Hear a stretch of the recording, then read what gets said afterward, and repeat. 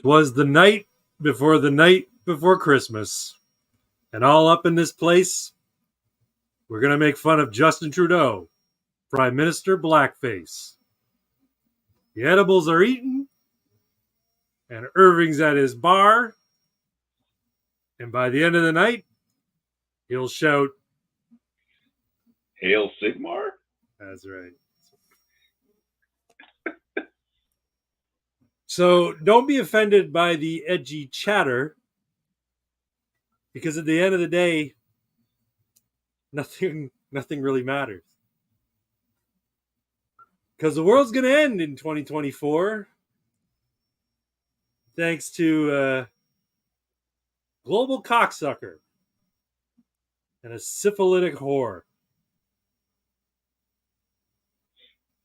So Merry Christmas to all in the Ammunation.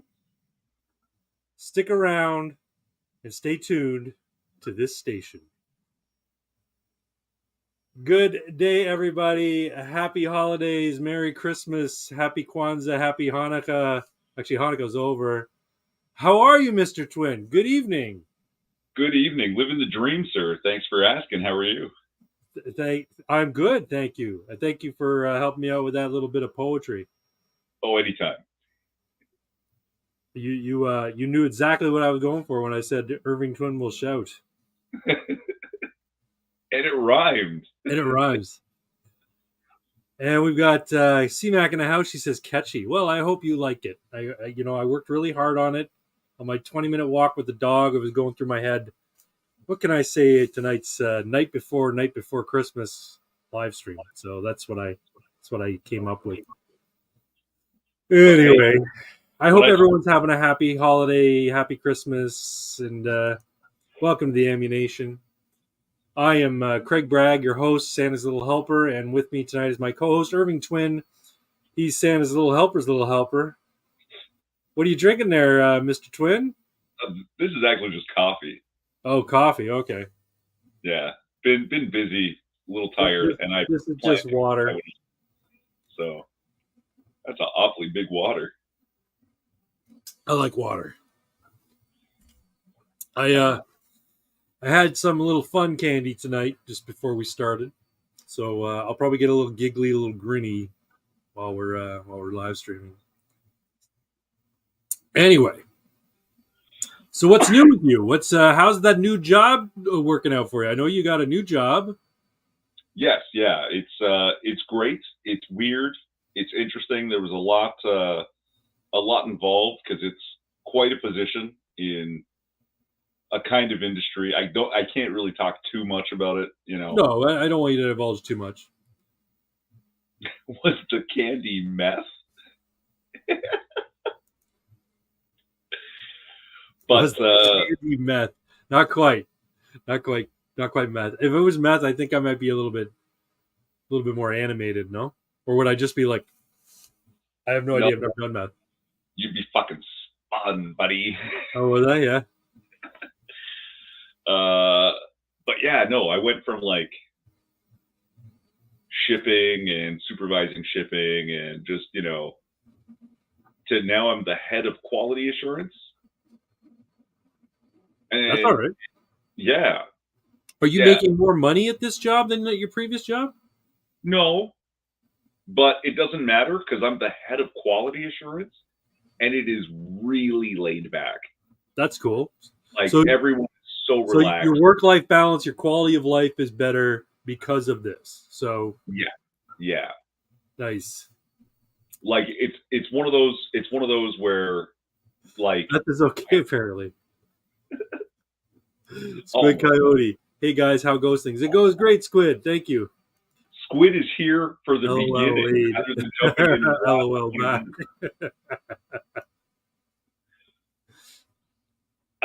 Fuck yeah. So yeah, I'm pretty pleased.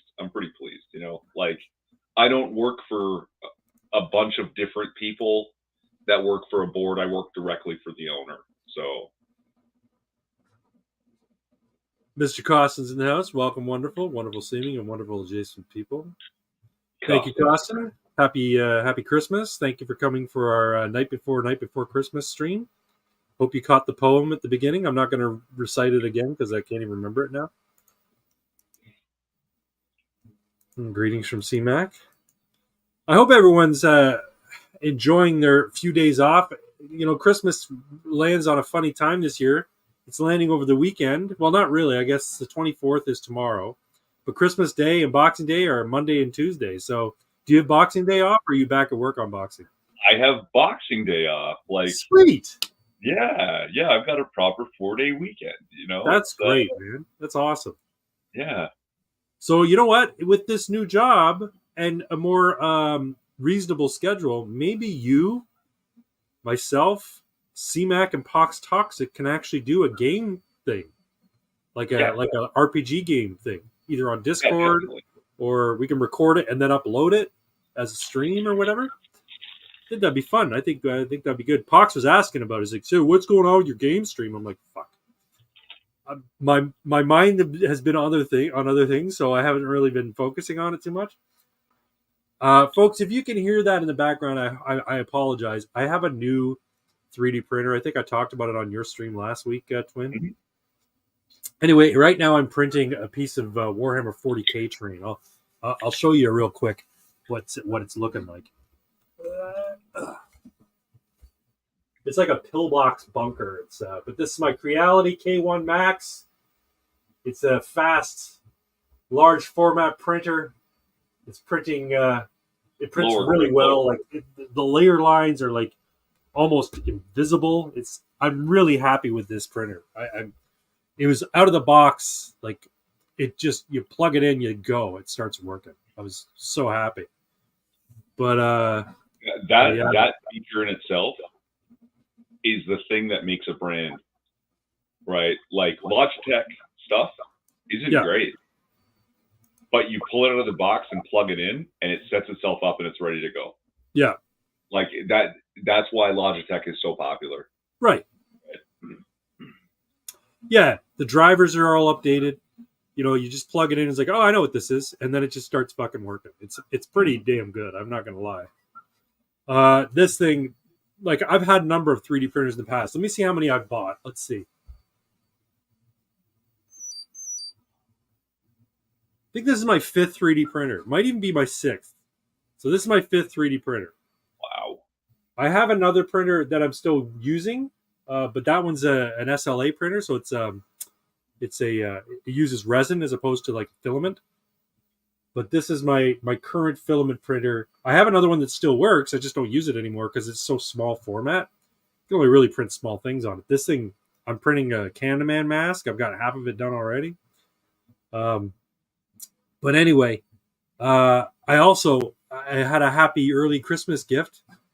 So before the stream, I went and took a shower, got all spiffied up, shaved my face and everything. The wife goes, "Hey, Craig, your filament came." I'm like, "What? I ordered it like 3 days ago and it's already here?" I ordered a pile of filament from Creality, and I figure I'm not going to get it until after Christmas, maybe even after New Year's, because, you know, it's the holidays. I got it today. I'm like, that's awesome. I ordered it 3 days ago, and boom, it's here. So I'm very happy about that. I got lots of filament now. I can 3D print to my heart's content. It's going to be pretty cool. Nice. Yeah. Anyway, let's move on from Welcome to the Ammunation. Once again, for all those just joining us, welcome to the Ammunation, and Merry Christmas to you all, and to all a great live stream. We're going to move on to our next topic. Do you even lift? Actually, I should have put this up when I started doing my poem, but I didn't. Whatever. Do you even lift, bro? How's your fitness journey going there, Mr. Twin? See, again, with a smoother schedule and less stress, I've been making it to the gym 4 days a week, right? Good on you. Yeah. That's good. I have not been going quite as frequently. I went 3 days this week. But I've been trying to figure out how I'm going to change up my routine a little bit. And so just for fun, just for shits and giggles, I went on Chat GPT. I said, hey, I want you to work out a workout routine for me to let me get to this level of body fat, allow me to build muscle and lose a bit of weight or even maintain the same weight. And let's see if I can find it here.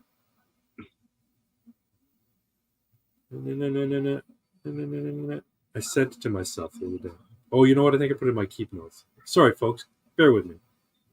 That's all right. Take your time, because you said you were going 3 days this week, and I try to aim for 4 is the schedule I've laid out for myself. We're also well, I want to do a 4 to 5 day workout each week. So this is what AI with Chat GPT came up with. Okay. So AI suggested workout Monday, legs and abs, which is barbell squats, 3 sets of 8 reps. Leg press, 3 sets of 10 reps. Leg curls, 3 sets of 10 reps. Standing calf raises, 3 sets of 12 reps. And planks, 3 sets of 30 seconds. I can do a minute on planks, so I'll probably do a minute. Tuesday, back and biceps. Deadlifts, 3 sets of 8 reps. I know Pox loves the deadlifts. So do I, but they belong on leg day. Sorry. You think deadlifts belong on leg day? It's a hip-centric movement. It's all glutes. If you're doing it right, it's hamstrings and glutes, man. Yeah, you're not using your back muscles to pull, right. right? For me, I think a bent over row would be better on back and biceps. Yeah. So I might replace that. Pull-ups, 3 sets of 10 reps. Seated cable rows, 3 sets of 10 reps. You know what? I just do a bent over back row. Like barbell row? Yeah. Barbell curls, 3 sets of 10 reps. Hammer curls, 3 sets of 10 reps. I love hammer curls. I can do hammer curls all fucking day. Wednesday is a rest day, but I'm going to turn it into 30 minutes of cardio. Sure. Thursday's chest and triceps, so bench press, 3 sets of 8 reps. I don't know why it would drop down to 8 for some reason, but whatever. Incline dumbbell press, which I did this last Friday. Cable flies, 3 sets of 10 reps. Tricep push downs. I would probably do tricep pull downs. And overhead tricep extensions. Friday, shoulders and traps, military press. What's a military press? Overhead press. Oh, so like this. Straight up press, yeah. Okay. Military press, lateral raises, front raises. I do a combination raise. This is something my trainer taught me. So with light weights, arms to the sides, lift up this way, come to the forward, go down, lift up this way. And so I do like 3 sets of that. Front raises, shrugs. I've never done shrugs, but I see guys doing them all the time. Yeah. And then reverse flies. And then Saturday, Sunday is supposed to be rest days, but I'll do 30 minutes of cardio each day there too. And I mean like real cardio, not just like a brisk walk. I think I'm going to run. So I have minor disagreements with the AI, but again, a lot of people do a lot of weird things. Like I try to keep mine as simple as possible, right? Like I have 4 to 6 exercises for any given day. How do I enter the energy drink giveaway? So what you need to do is send me your credit card information or your PayPal account and your date of birth and your mother's maiden name. And don't forget the expiry and the 3 digits on the back. Automatically entered into the energy drink giveaway. Thanks, Gary Coleman. That looks like an angry Gary Coleman, man. Looks like he's gonna fuck you up. He dead, eh? Oh yeah, that's right. Yeah. But hold on. Yeah, send me the CVV code, the 3 digits on the back too. I'll need that as well. You had asked why would it drop the reps for certain stuff, and actually this is pretty interesting. It knows if you look at the big compounds that are hitting large muscles, it has fewer reps because it's expecting you to do much larger weight, right? So like when you're doing biceps, which is 2 tiny muscles, right? You have to do more reps because it can only carry so much weight, right? But chest, you can carry a whole lot of weight, so you don't need as many reps, right? Yeah. At least that's the idea. And yesterday when I was at my workout, I decided, you know what? I'm not going to do 3 sets. I'm going to do 2 sets of 12 for just about every exercise. I did 3 sets for a couple of exercises. So, for instance, my tricep pull downs, I did 3 sets of that because I increased the weight. So I started at my regular weight. It's too easy, so I increased it. So I did 2 sets at the higher weight. So I did 3 sets technically. One of them was a warm-up set, I guess you call it. Anyway, so yeah, that's been my fitness journey. In the new year, I made a resolution. I want to get down to 15% body fat, and I think it's doable if I control my diet and I do a lot more cardio exercise. Then I should be good to do that. And I need to increase muscle mass. But I was watching this channel on YouTube called Renaissance Periodization, and he made a video just recently saying you've got to consider that, like, some people, it might take you years to achieve a muscular body. Like to transform your body, it might not happen in months. It depends on your age, depends on your genetics, depends on how much you put in, depends on how much rest you get, depends on your diet, depends on so many factors. So don't get disappointed or discouraged if after 9 months you haven't put on a lot of muscle mass. It might take you a year. It might take you more than a year. He says it took me 23 years to get the physique I've got. So that's Mike Israetel too. Like he's like a bodybuilder, right? And a sports medicine scientist too, right? Yeah. So. But like here's the thing that he's left out about all of these things. It like it's going to take this factor, that factor, whatever factor. You know the biggest factor. To whom or what are you comparing yourself? Because that's the factor. Well, I'm comparing myself to who I was a year ago. Who I was a year ago, I'm much better. Yeah. And that's key, right? I want to, in a year from now, I want to look at myself and say, am I better than I was a year ago? And I want it to be a definitive yes. Yeah. So I want to see a gainful improvement over the next year. And if I don't get down to 15%, okay. But if I get down below 20 and say I'm at 17% or something like that, I'm fine with that. But I'd like to get below 15% body fat if I can. Like, yeah, 15 is maintainable long term, right? Like, it's not unhealthy or uncomfortable. Right. It's when you're trying to go for like 8 to 9%. You could probably less than 10. Through the you could stick there through the summer, but like, yeah, you won't be super happy. No, because your diet will be so restricted. And this is the thing that like Chevy and I, like him and I live in two different worlds. Yeah. Because he's like at about 6% body fat when he is going for a competition. And I told him, I made a protein shake, and he's like, oh, what did you? And I said it was 2 scoops of protein, whey powder, and chocolate and milk. He's like, why are you using milk? I'm like, because I like milk. He's like, it's not about what you like. I'm like, what do you mean? He's like, you gotta think of your food as your fuel.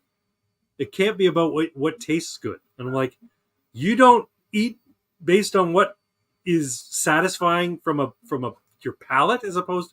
He's like, no, I eat what I know I need to achieve the results I want. And I'm like, fuck, man, I don't know that I can do that. I need to enjoy what I'm eating. I need the food to taste good. Sure, but he's looking at Jay Cutler and Ronnie Coleman, right? And like that's what he's trying to achieve, right? Right, yeah. And I'm not trying to achieve what he's trying to achieve. I'm trying to I know, I get it, but I just want a little bit more muscle, a little bit less fat. That's what I'm looking for. Right, and like I like food, but also I like fuel. Like I can tell because I've always been doing like pretty physical things for work and trying to go to the gym.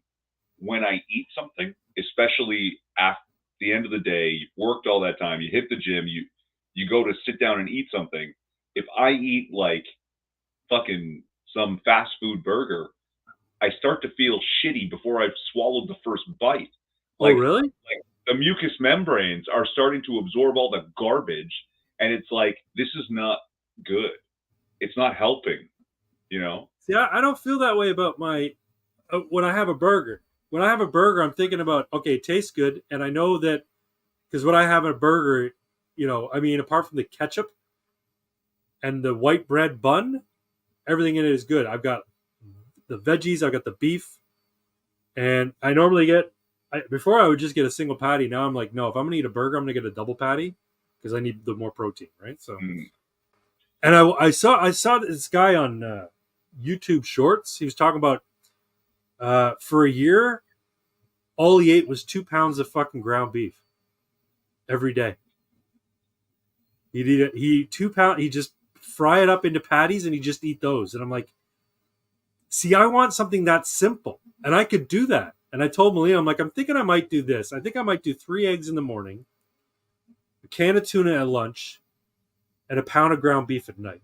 And I might just stick with that, like 80-20 ground beef. So I'm still getting fat, right? We got a couple of comments here. Quippers is here. Hello, Quippers. Thanks for popping in. Happy Christmas, Merry Holidays, all that kind of stuff. He says, hello. C-Mac says, food is supposed to be healthy, and healthy tastes like dirt most of the time. No, it doesn't have to. Come on. Look. I come home from work, gym, all right, cup and a half of rice, some shrimp, some mixed veggies, fry it up in some butter, throw a couple of eggs in there and stir it all up, little salt and pepper, and then hot sauce. Yep. All good stuff. Clean enough fuel, man. And it's fucking delicious. Like, you can find the balance as long as you're willing to eat the same thing every fucking day. That's the thing, right? Will I get bored? That's why I'm thinking I might, because I you know that, you see their commercials on people's YouTube channels all the time. Factor. You ever heard of Factor? No.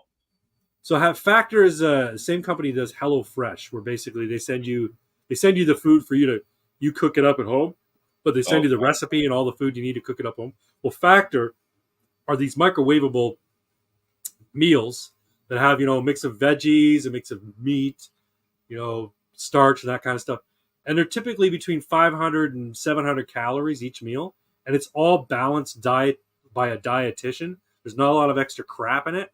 And it tells you exactly how much protein, like it has all the ingredients on it. So, and you can go for a protein plus thing. So I'm thinking I might do that again, because I remember when I was eating, I was like, these are great. Like I just nuke it for 2.5 minutes and I eat it and I know I'm getting a decent meal. But I can't eat like 3 Factor meals a day, because one, it'll get crazy expensive. But I could do it for lunch or dinner. You know what I mean? Like, well, like, you know what I have for breakfast? What? A handful of cashews and a big spoonful of yogurt. Oh, that's nice. I had 3 eggs and toast, like whole wheat toast. Yeah. What you're describing sounds like the carnivore diet. Not the carnivore diet, because I still want veggies. Those meals where it's just eggs, tuna, and it would be the carnivore diet, I guess. But I don't know. Yeah, I still want my veggies. I probably eat a banana here and there. Have some fucking yogurt, eat some raisins. I probably get my fruits. I'd also have to take some supplements, because it is a lot of just protein and fat. Not a lot of carbs in that. I guess if I have with my 3 eggs, I have some toast, like some bread. And with my tuna, I cut up some pickles and throw it in there. Then that might, help out a little bit. But pickles are really good for you, eh? Like fermented food is really good for you. Okay, so every once in a while, I will open up the jar of pickles and just drink the brine. Ugh. Just fucking salty vinegar water. Okay, but hold on though. If you are hungover or burnt out from the weed, all right, and you need to be clear for about an hour and a half, maybe run some errands, you go take a big swig of that.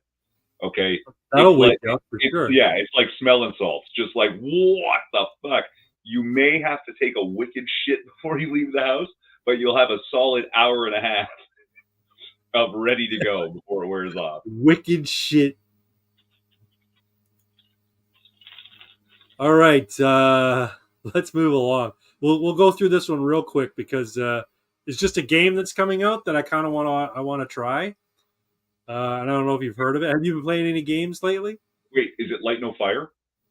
Yes, I really want to play it, because I like Hello Games and I like No Man's Sky.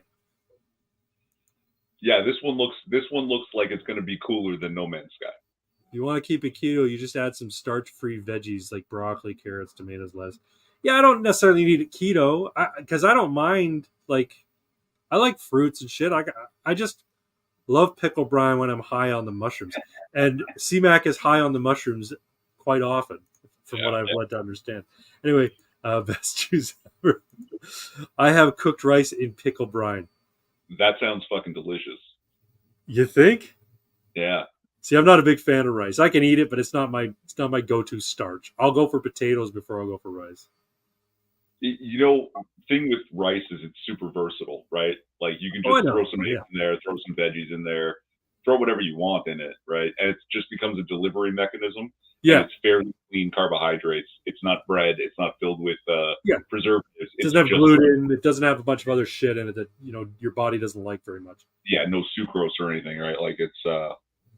Yeah, but the thing is, the only way I can eat like rice is I have to put shit in it. Like I can't just eat rice with salt and pepper or rice and salt and butter. I have to add things to it, and that's where the devil's in the details. You start adding stuff that isn't necessarily it's flavorful, but it might not be the best. So like sriracha, sriracha's not bad, but like you might add a little bit of seasoning or flavoring that has more calories than you necessarily should. Well, Grace brand now makes a ghost pepper sauce, so I'm set for life. I can't eat ghost pepper sauce. I'm a pussy. I gotta eat. Oh no, it's great. It's Grace. It's good. Like you'll be able to find an amount that suits you. No, ghost pepper's too hot, man. It's delicious. I can't do ghost peppers. I can do Frank's Red Hot. I can do Cholula. That's about it. All right. Those two you just mentioned, I can drink them out of the bottle like water. I bet you can. Okay. I'm sure you've all seen this, but in case you haven't, I'm going to share this. I'm going to turn the volume off because I got a copyright strike for playing that video of El Paso, the Steve Martin video, remember? Oh, yeah, and we got a copyright not claim for running the ad for that movie. Oh, yeah. Really? Yeah. It was like, this is copyrighted material. However, the author allows its shared use because it's an ad, and why wouldn't you let somebody else run your ad for free? Exactly. Sure. Okay, hold on. Before we do it, Ajax, Dave's Insanity Sauce. Is where I start to sense heat. Yeah, I know. No, Dave's I like Insanity spice. Sauce. I like spice. I don't like heat. You know what I mean? I don't Dave's want a lot of Insanity heat. Sauce is next level. It's fucking. But here's the problem: the original flagship Dave's Insanity Sauce doesn't taste good. It's just burning in a bottle, right? See, like, but Dave has yourself some pepper spray if you want that sensation. Dave branched out now and has a few different types. They've got a habanero, which has a very Mexican flavor. It's probably, I think, the least spicy of all the Dave sauces. Very delicious, though. And they do a ghost pepper one as well. And it is so tasty. It's not as hot as the original flagship one, but it is way better tasting. No, I'm a munchie cake. My spice level goes as high as chili powder. Sorry. Okay. We're going to play this, and you and I are going to talk about it. I turned the volume off, so no copyright strike, hopefully. So immediately, it looks like No Man's Sky, but fantasy. That's what I'm getting from it. Like, even the movement of the characters and... It's also a single planet. Yeah, the foliage. Apparently a single planet larger than the planet Earth, apparently. That's what I understand, that yes, it will procedurally generate up to an entire Earth. Yeah. But everywhere you procedurally generate will now exist. Yeah. So if you go and explore somewhere, that becomes set in the multiplayer world as it gets created. Now, is it going to be like Valheim? This is what I'm wondering. Is it going to be like Valheim, where you can play on your own private server with your friends, or is it they're putting it out? And it looks like it's an MMO, but I don't know. Is it going to be region based? Like you're in North America, so you're going to be on the North America iteration of this procedurally generated world? I'm not sure those details. I just saw it and was like, actually, I can get behind this because there's Hold one on, part. I want to show you something that kind of irritates me. Pause. Okay. It'll get to it in a second. Okay. This tower on this peak really annoys me because it looks like somebody just put it there. Like it's not. See how like the foundation stones are like hanging over the edge of the peak? Yeah. Like that looks like shit. Why is it like that? Now maybe if you get close enough, you'll see that it's actually like carved out of the stone, and those are actual, useful little jut out things. They're not just like they're not just like, what do you call those things? Not flying buttresses. What are the ones on the ground? I have no idea. Anyway, it looks like somehow it just said we're going to generate a tower and we're going to put it right here on the middle on this peak. So it's like the peak is shoving up into the tower. And I'm like, that looks bad, but whatever. It still looks like a cool fucking thing. And there's like a floating island and shit. Yeah. I mean, it looks beautiful. But you see how they walk? That's how they walk in fucking No Man's Sky. Yeah. Well, it's the same. The way the grasses move and shit like that, they move like that in No Man's Sky. This is my goal, to be the guy riding that weird animal and exploring the wilderness there. I want to know who that fucking giant is, man.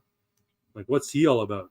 And I hope that there's like a definitive story. Like in No Man's Sky, it's kind of like, here's a mystery, explore it, try and uncover it if you want, or don't try and uncover it if you want.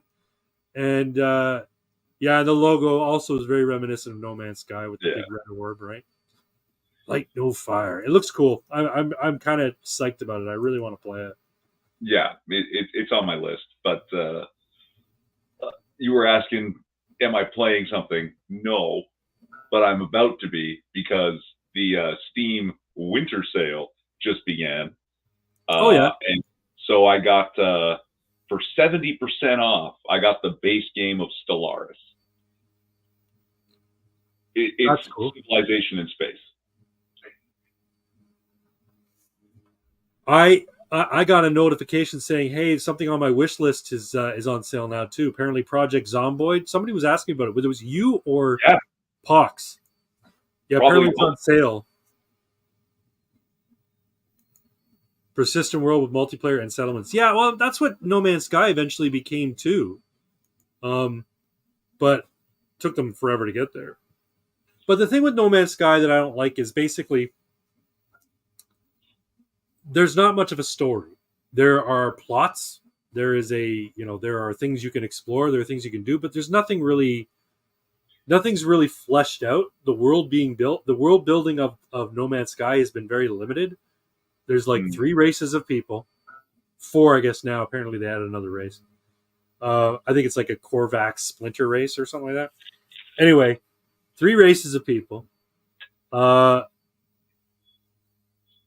The biomes get repetitive over time. There's millions of planets, trillions of planets even. But here's the thing. The whole goal is get to the center of the galaxy. And when you get to the center of the galaxy, the spoiler alert here, all it does is transport you to another fucking galaxy. To start over. And I'm like, come on. Give us something. Unlock something for us. Give us, Well, what's the one that I have that I don't play enough of anymore because I never invested in the joystick? Elite Dangerous. Hard to get started, but fun as hell once you get past the learning curve. I hear that. Elite Dangerous. Oh yes, that's another space game, right?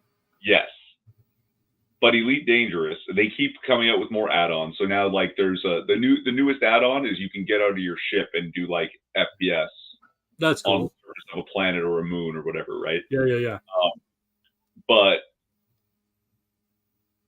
rather than go this like No Man's Sky route of we're just going to procedurally generate fake stars and fake, new things, whatever. They basically just use a map of the known galaxy. Yeah. And all the stars. And so cool. they're all there as plot points. Yeah. But if you're the first person to get there, it procedurally generates that new solar system, and you get to put your name on it. That's cool. Yeah. Right. And then Initially everybody discovered else by, who plays, if they come across that, they see your name on it. yeah, discovered by this So you player. can call it Dick Butt, and it becomes Dick Butt. I don't know if you can call it Dick Butt. I do know that your name will be like this star was first discovered, first explored by this player. Yeah. And then but you start not too far from Earth. Yeah. And getting to Earth is not something you can do just automatically. Right. Like the whatever faction Earth belongs to, you need to get a proper pass to be able to like passport into the Sol system. But one of the things people do in Elite Dangerous is they make their way to the center of the galaxy. The center of the galaxy being the enormous black hole called Sagittarius A. Yeah. It takes most people who have a ship that is equipped once you're ready to go, like that you have a ship that can make it there, that you can, with hitting no habitable planets and no way to buy fuel, you need a fuel tube so that you can hit the right stars and fly circles around the stars, collecting fuel right off the star. Right. It'll take you 6 months if you play about an hour a day. Wow. Yeah. And people do this pilgrimage over and over again. That's right? awesome. Because it really is the size of the actual galaxy. It's not procedurally generated for infinite, because guess what? This galaxy's plenty big enough. You will never explore it all. You could have 100,000 players playing every day, and it'd take hundreds of years to explore it. Well, that's why the Fermi paradox has always bugged me. So, the question is, okay, so if the universe is this big and there's this many planets and these many stars, and this percentage of stars has, planets that could support life, and the universe is this old, and a galaxy, where is everybody? I'm like, you realize how big the fucking place is. Yeah, that's the idea. The universe, right? The galaxy in and of itself is fucking monstrous. It's ginormous. And the universe is full of fucking galaxies. Like, what do you mean, where is everybody? They're out there. They're just really fucking far away. That's like remember when the plane went down and people were like, what Don Lemon said, maybe it got swallowed by, because they couldn't find it. Maybe it got swallowed by a black hole, right? People were saying, well, where do you think it went? I'm like, it's in the ocean. Yeah, but they haven't been able to find it. I'm like, do you know how big the fucking ocean is? Yeah. They know roughly it's between 1,000 miles of a given spot. They know where it is, but that's a lot of fucking ocean to cover. And I don't know if you're aware of this or not, metal sinks in water. Yeah, so if you don't find it in the first 24 hours, it's gone forever. It's gone. Yeah. Like, okay, so you know what's probably going to happen? You're going to find a bunch of fucking chair cushions that became flotation devices washing up on the shores of Indonesia and some shit. But no, well, why can't they find it? I'm like, the ocean's really, really big. Like, it's really fucking big. So it's no wonder they can't find it. And the same thing goes for alien life. Well, where is everybody? It's big. It's big. Imagine if you lived on a street and you had your house on your street and your nearest neighbor, okay, was on the other side of the continent. Is it going to surprise you that he doesn't come and borrow your rake every fucking weekend? No, it's far away. You could go multiple generations without ever seeing that neighbor, right? Like, exactly. But yeah, so I don't know if life is actually that rare. It's just a matter of like, what kind of technology are we using? What are they using? Well, that's it too, right? So maybe they did develop technology enough to travel, from one star to another. But how many of those civilizations died out when their very first interstellar craft accidentally fucking went into a supernova or something like that? No, yeah. There's also the what is it? Like the galactic garbage disposal. The gamma ray burst. Every once in a while, a massive star will gamma ray burst, and just like it's basically like the galactic laser beam, and everything in its path it just gets destroyed. Right. Yeah, yeah, and if you're far enough away, you might get cancer. But if you're close enough, you're dead. What's really funny is based on the number of stars and the number of those kinds of stars that can do gamma ray bursts, we should see one a century. Yeah. And it would be plainly visible in the night sky, even with all of our light pollution. Yeah, yeah. We haven't seen one for over 400 years.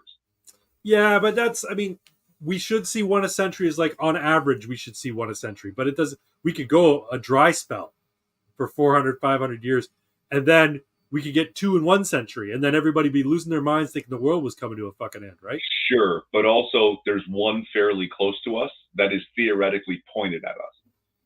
Well, then we'll get to see it and then die. No, we'll die first. We won't even see it. That's the right, gamma ray is moving at the Is it that instant, or is it like people just fucking teeth falling out and getting fucking boiled on their skin and then they slowly die? Imagine the sun stretched out into a line slightly wider than the planet. Okay. And then just drove through the planet. Yeah, that sounds pretty rough. Okay, never mind then. I thought it would be like just a big radioactive burst that would cause everybody to get like cancer, like giant tumors, like in seconds. No. Like, no, actually, if it doesn't hit the sun, yeah, or the planet, we should theoretically be okay. But if it hits something else in our solar system, it could really fuck up gravity, like the way the planets move around. There could be debris from other things, right? Hard to say what would happen because this is so horrifically catastrophic, right? Yeah. Like potentially catastrophic. But yeah. Oh, I had a thought about this. Something cool. I forgot. What? About gamma ray bursts. Oh, okay. That just like, yeah, okay.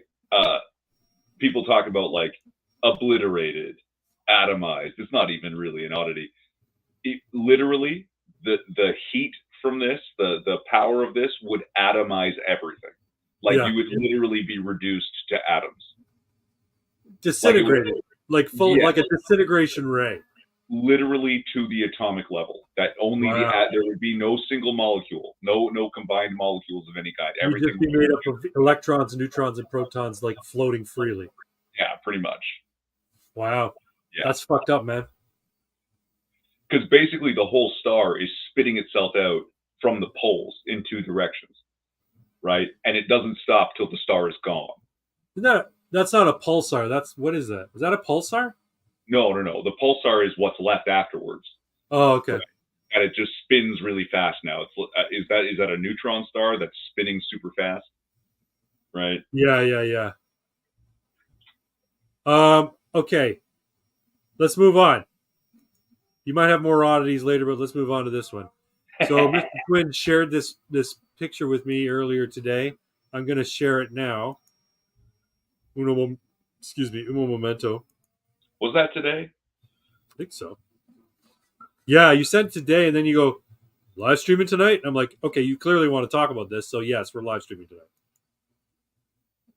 It's now illegal to use the word groomer in Canada when talking about drag queens. Breaking, calling drag queens groomers not protected speech. Judge rules. Is calling activist judges groomers protected speech? Because that judge is clearly a groomer. Clearly. You know what? Here's the thing. Drag queens are groomers in very specific contexts. And in most contexts, nobody has a problem with drag queens because they're people who perform a kink on stage, right? So if a drag queen is in a burlesque show, in downtown Toronto at a body house or a place where adults frequent, fine. Do your shtick. Make jokes about male genitalia and female genitalia all you like. Okay? Nobody cares. That's your kink. You put it on stage. People don't mind it. It's only vulgar to a certain point. Whatever. Consenting adults doing what consenting adults do. You take that same drag queen on Monday morning and put him in a classroom, and he's reading, in full drag, he's reading a story about two gay Santas, one of them being a black guy, one of them being a white guy, or reading a story about how my two mommies are just as normal as your mommy and daddy, or shit like that.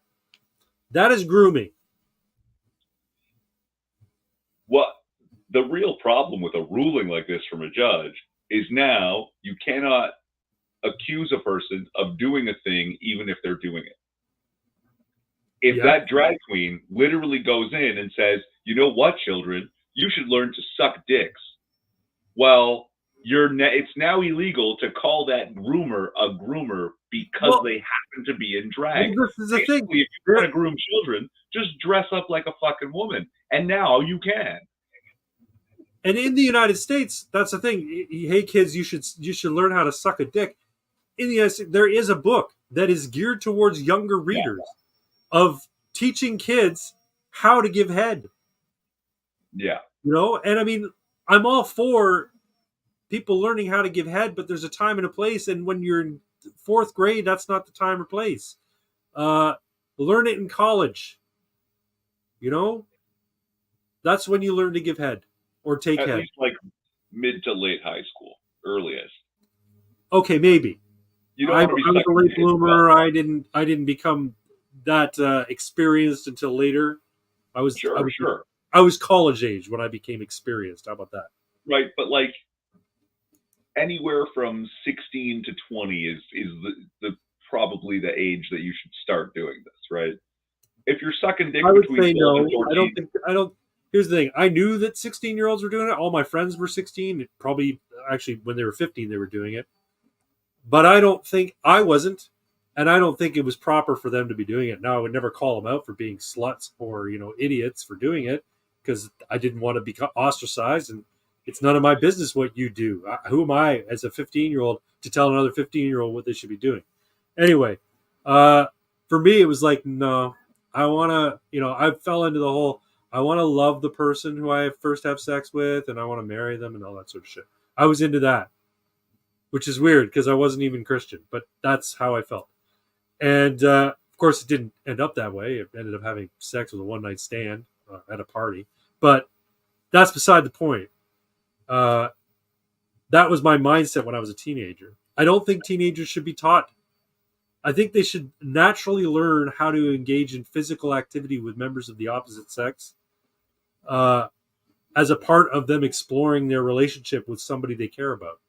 Well, yeah. It's naturally going to happen because we're biological creatures and it just naturally happens anyway. Yeah. So, but that's just me. Yeah, you're not wrong. But I understand what you're saying. 16, 17, adolescence is about the time when you start exploring that sort of stuff. Yeah, yeah. But again, I don't believe that it is under the purview of the public education system to be exploring that. Sexuality and sex education should really be about the hygiene associated with it. Yeah. What it is, what happens to your body physically through puberty, how it works, the plumbing. Talk about the fucking plumbing of it and the consequences of the behavior and how to avoid sexually transmitted diseases, how to avoid pregnancy. That's what it should be. Yeah. Yeah, the strict mechanics of the biology. Like it should be a biology class and not. For us, it was in physical education. It was under health. Yeah, it's not instructional. It's clinical. Right. Yeah. So when I was in school, it was part of the health curriculum as part of our physical education program. So you took phys ed, right? And I think for a month each year, they would be in class as opposed to in the gym. And you had health class, and they would talk about all sorts of shit. And eventually, one of the weeks, it was sex education.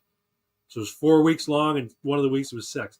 And it was literally, here's the biology of a female, here's the biology of a male, here's what happens when this happens, this is how you avoid getting sexually transmitted diseases, this is how you avoid getting pregnant.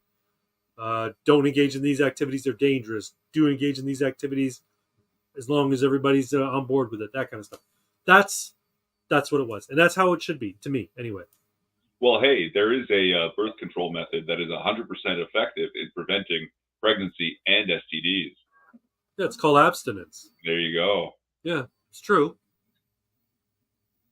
It's funny though because a lot of like there's a lot of like people making fun of purity promises and stuff like that. It was like a religious sort of movement about a decade ago. Yeah. People on the left were making fun of these people making purity promises. So, or daughters marrying their fathers in like sort of a mock ceremony where they will obey and listen to their father until they're married, and which means they're going to maintain their virginity until That's they're kind of married. creepy anyway, though. What's that? I do. I find that a little creepy and weird. Like, I It's understand creepy, the whole idea they're marrying their father. I think the idea is the father sort of helps them make this promise, and they do it in a sort of ritualized way.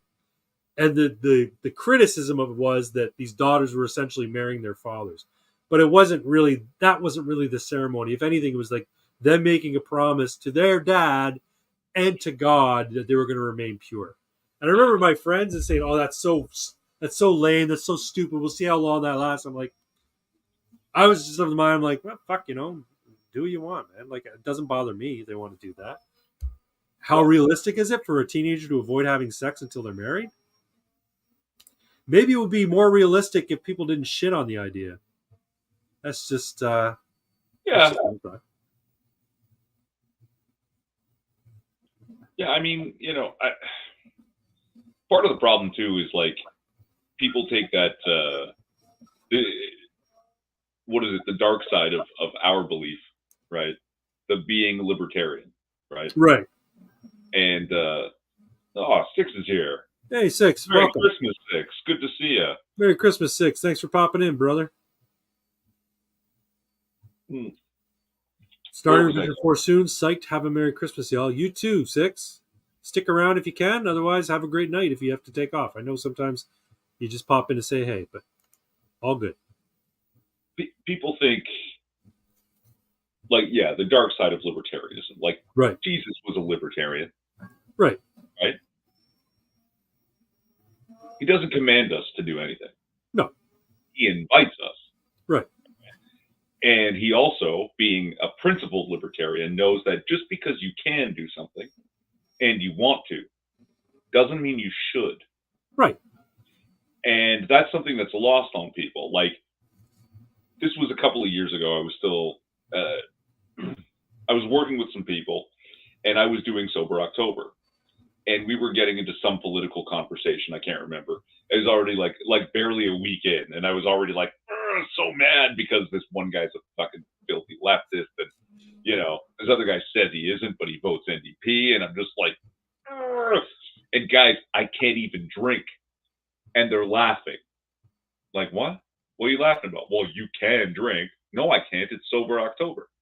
Yeah, but like, there's not like a law. Like, you could do it. No. They're laughing about the concept of self-control. What a loser. He made a promise to himself, and now he's going to... That's just it. Like, the sneering at discipline and, like, and trying to... Like, that's the other thing that really is really telling about people on the left, right? Sorry, go ahead. Really, really quick, just I want to finish. This is not like they're 18 to 22-year-old college kids. Yeah. These are 30 to 40-year-old men. You're grown men, and you don't, like, you're laughing at the concept of someone keeping a promise to themselves. What good is your word if you can't keep it to your own self? What lack of respect for yourself must you have to just go back on a promise you made yourself? How could you keep a promise to anybody else? It's disgusting. Disgusting. Yeah. Well, and that's the thing. When you see people go after guys like Andrew Tate, Jordan Peterson, whose overall message is make yourself better. Like, heal yourself. Stop being a piece of shit. You know what you're doing is wrong. You know the things that you're doing, the wrong things you're doing, you could stop doing if you wanted to. So do it. This is their message, and they're being shit upon. Now, Tate's being shit upon because he's also controversial in some of the things he says regarding women and hookup culture and dating and that sort of thing. But Peterson's controversial because he's effective and he's outspoken, and he doesn't say no. He doesn't mince words. Jake says A6. I invite Irving Twin to admit that he's evil. Admit, Irving, I command you. Now, are you inviting him or are you commanding him? Yeah, see? Can't be both. And Andrew Tate is controversial because he's a fucking douchebag, right? He's the dark side of better yourself. Yeah. Right? Like the dark side of libertarianism. Look, you have to better yourself. Work out, eat right. Also, be better than other people. I'm better than you. Look at the money I make and the bitches I slay because I'm better than you. That's like the absolute worst parts of better. I don't know. I don't know that he's been that explicit in his, he absolutely arrogance. has been that explicit. I know he talks about women as though they're less than men. I've heard him talk like that. Yes, and all men as less than him. Right. I've not heard him say that specifically, but I think he does use comparisons. He talks to people who he knows, aren't living up to their potential, and he says, I got this through this. I am here because of that. You could do that. You could get better. If I can do it, you can do it. That's what I see. Right? I have the airplane. I have the nice fucking mansion. I have the nice fucking cars because I did what I know I needed to do. That's what I get from him. But again, there is a dark side to it, and you don't do that because you're a loser beta male cuck, which is not encouraged, right? Like, it really is. It really is the worst parts of better yourself, right? Like the way that those guys from work that I was telling you about are the worst parts of libertarian, right? Like, would you even call them libertarians? You said they're of the left. I don't know very many left libertarians. But that's the problem with the quote unquote liberals, right?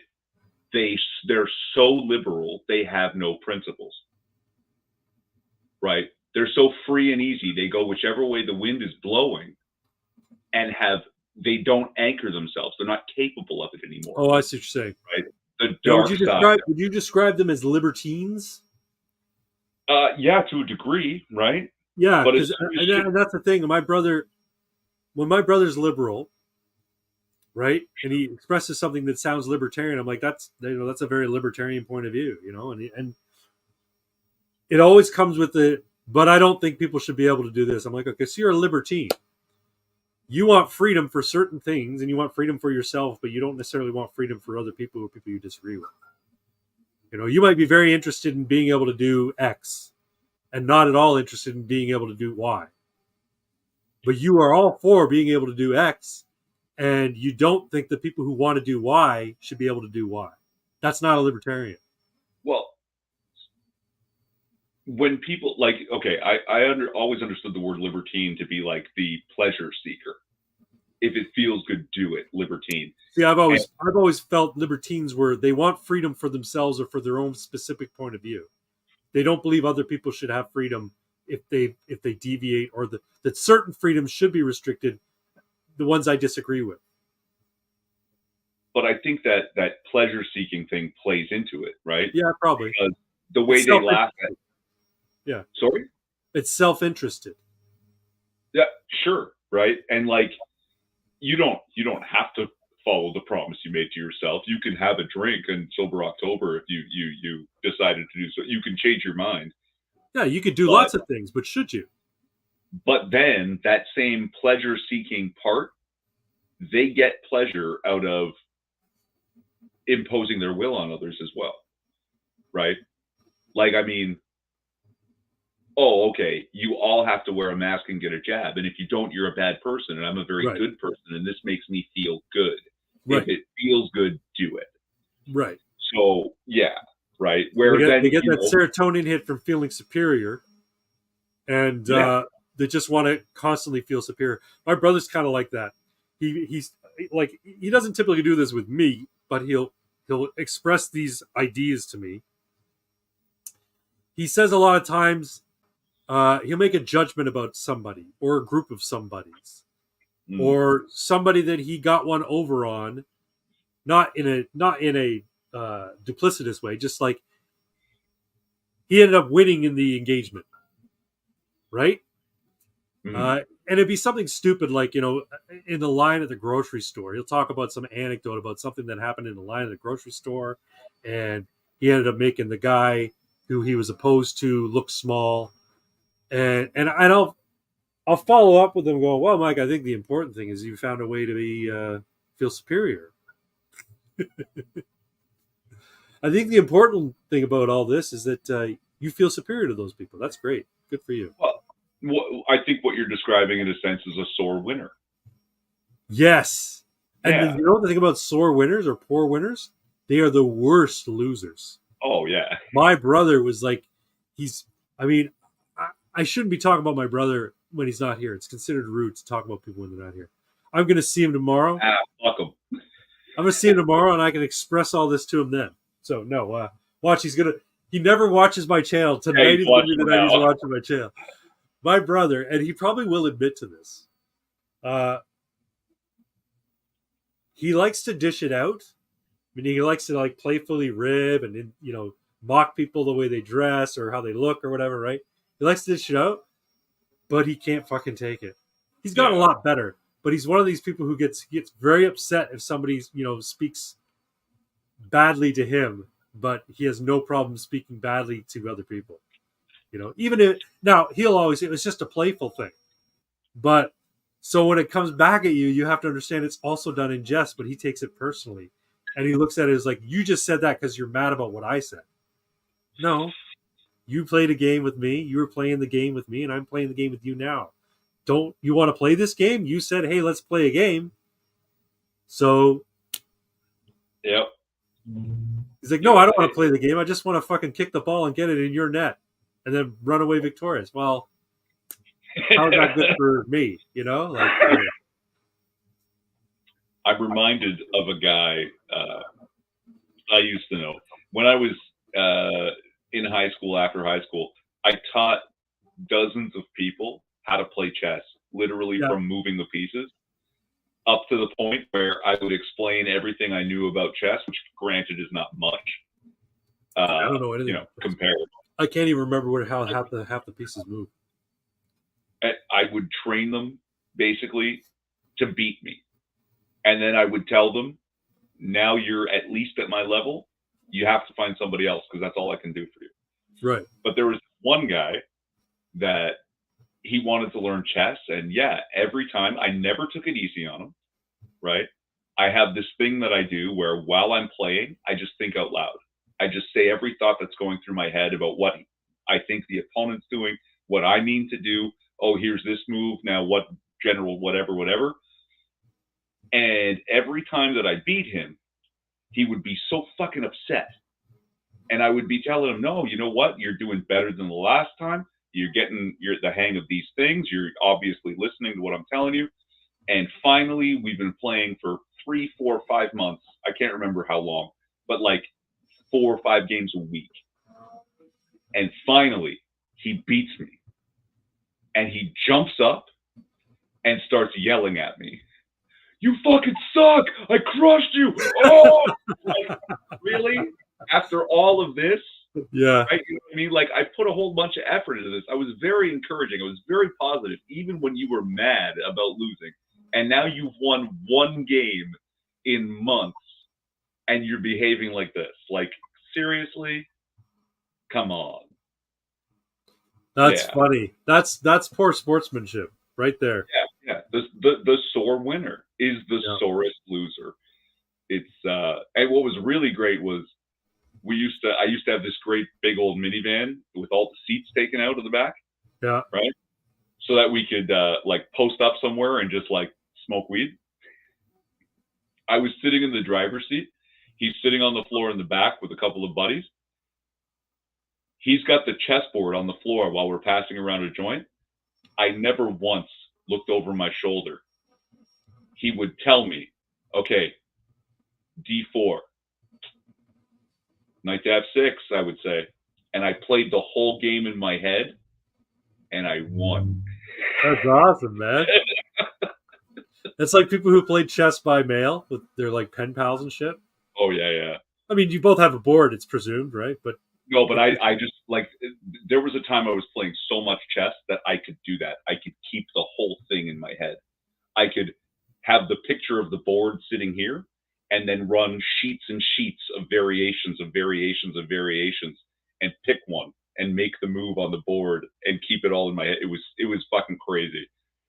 Yeah. okay, let's bring this back around to OK Groomer. So, Pleasure seekers, poor do winners. you think that the Satanists and the debased pedophile groomers are playing 4D chess in this? Like, they send out the drag queens to be, sort of like the big look at me, right? Meanwhile, in the background, they're doing all sorts of more nefarious shit to sacrifice children to Moloch.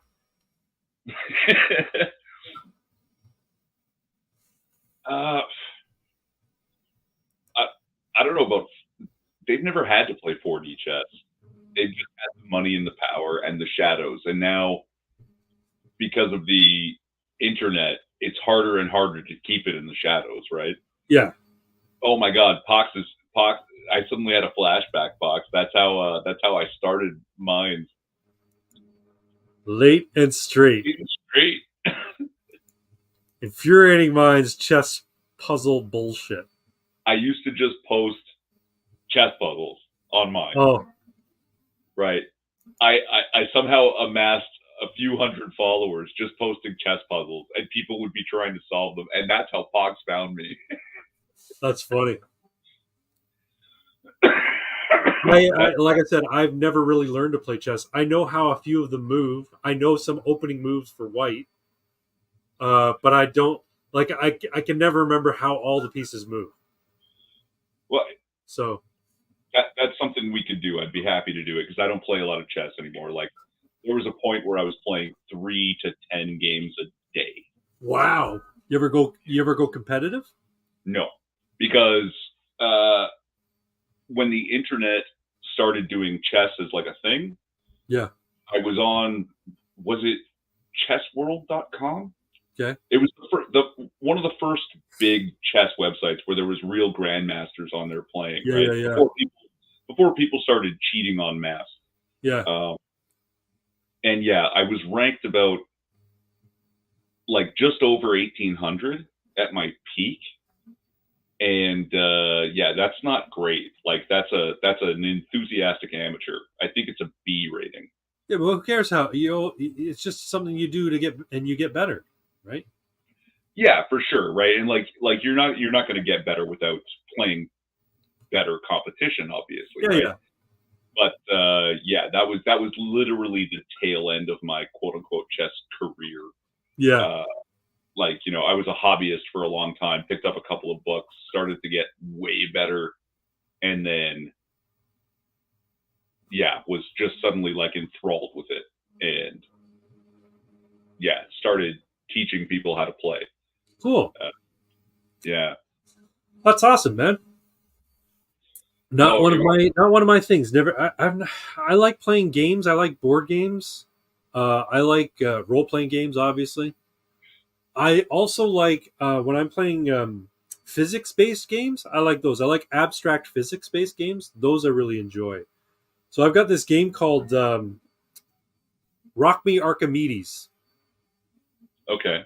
All right. So what it is it's basically it's like a seesaw, right? It's like a wooden seesaw with a bunch of little divots in it where you move marbles along them. Okay, and it's and you roll a die to see how much you can move a marble, right? And I think it's like you get from it's 0 to 3. Okay, so you roll each turn. And then you can move marbles up to that amount. You can move 3 marbles, 1 amount, move 2 marbles, 1 amount, whatever. So move 1 marble, move it all in 1 marble, doesn't matter. Anyway, so you have a bunch of marbles, your opponent has a bunch of marbles, and your idea is to get 3 of your 6 marbles from one side of your board to the other side of the board. And you can only jump over marbles if they're of your opponent's color. and you have to do it without tipping it one way or the other. If it tips on your move and it touches the tabletop, you lose. Interesting. And the first person to get their 3 to the other side wins. I love this game. I have it sitting as like on my coffee table, just in case someone comes over and goes, "Oh, what's that? Oh, that's called Rock Me Archimedes. You want to play?" Because it looks like the way it's done, it looks like a piece of wooden sculpture. Right. You know, it looks like there could be a game associated with it, but otherwise it looks like it's just a piece of wooden sculpture. But I love this fucking game, man. One day I'm going to come to your house and I'm going to play it. Yeah, for sure. And then I'll chain you up in my dungeon. Jack Dusty defeated me in Connect 4. True story. I challenged Irving to a game of Connect 4. I haven't played Connect 4 in forever, and you know what? Connect 4 is a great fucking game. It is. It is so simple to learn, and the strategy is as deep as chess. Like, it's fucking crazy. Well, I'd say that I think the strategy is a little bit more limited because of the way the pieces move. They move by gravity, and they can only occupy a specific space at a specific because of specific things that have happened before it. But you can think 10, 12 moves ahead if you're good at it. Yeah, and if you know your opponent, you have to count on what you have to like consider what your opponent's probably going to do. You can think 10, 12 moves ahead, but they're going to do something that you might not expect, right? But there is such a thing as good moves and bad moves, right? Yeah. So you can eliminate the bad moves because they don't help your opponent. Right. Yeah, like it's yeah.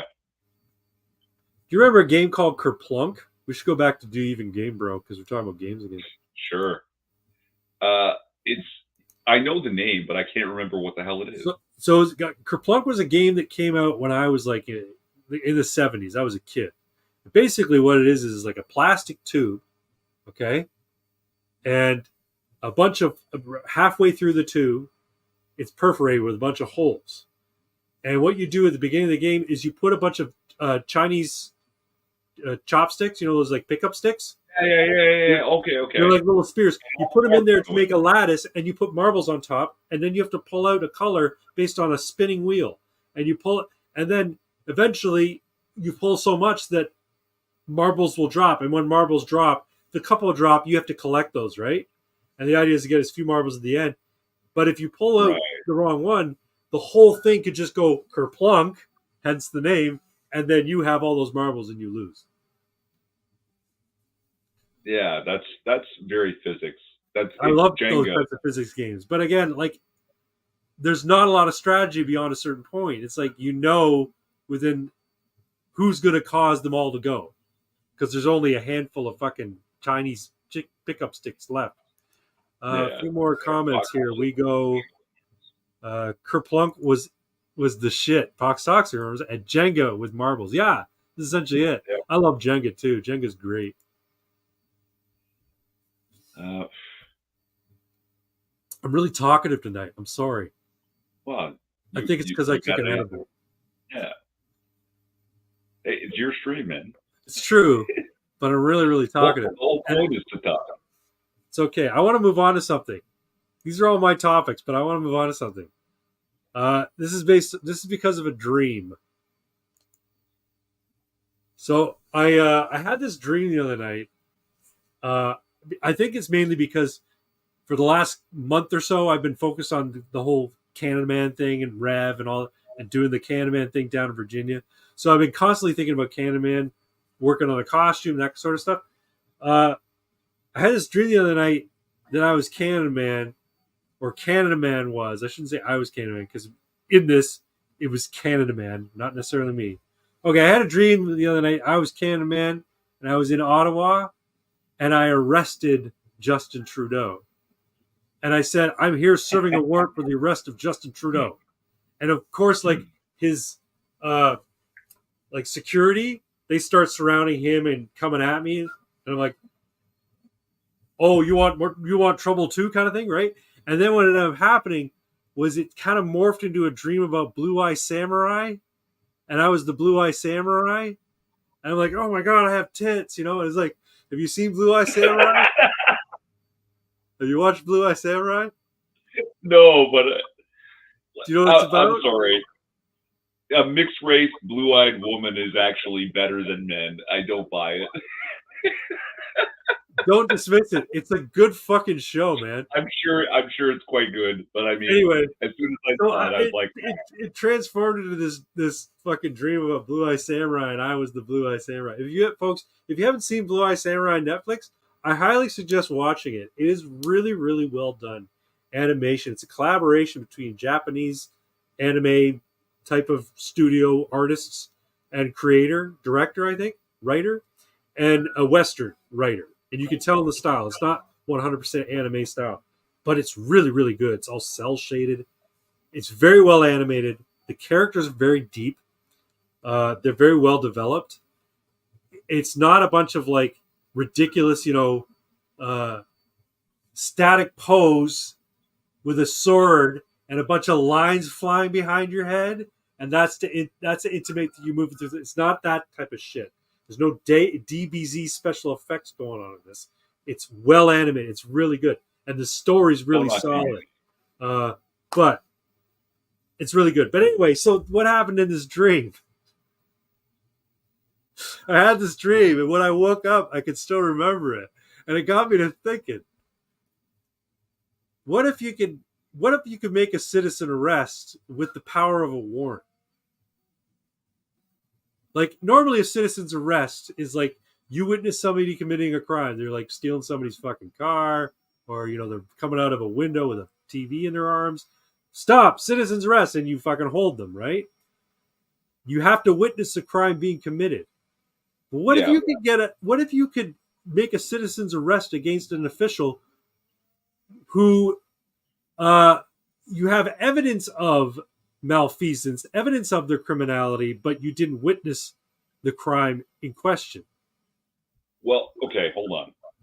If you're talking specifically about Justin Trudeau, yes, we don't just have evidence. He went on national television and bragged about his breaking of law. Yeah. Right? He broke the law live on national television repeatedly. Yep.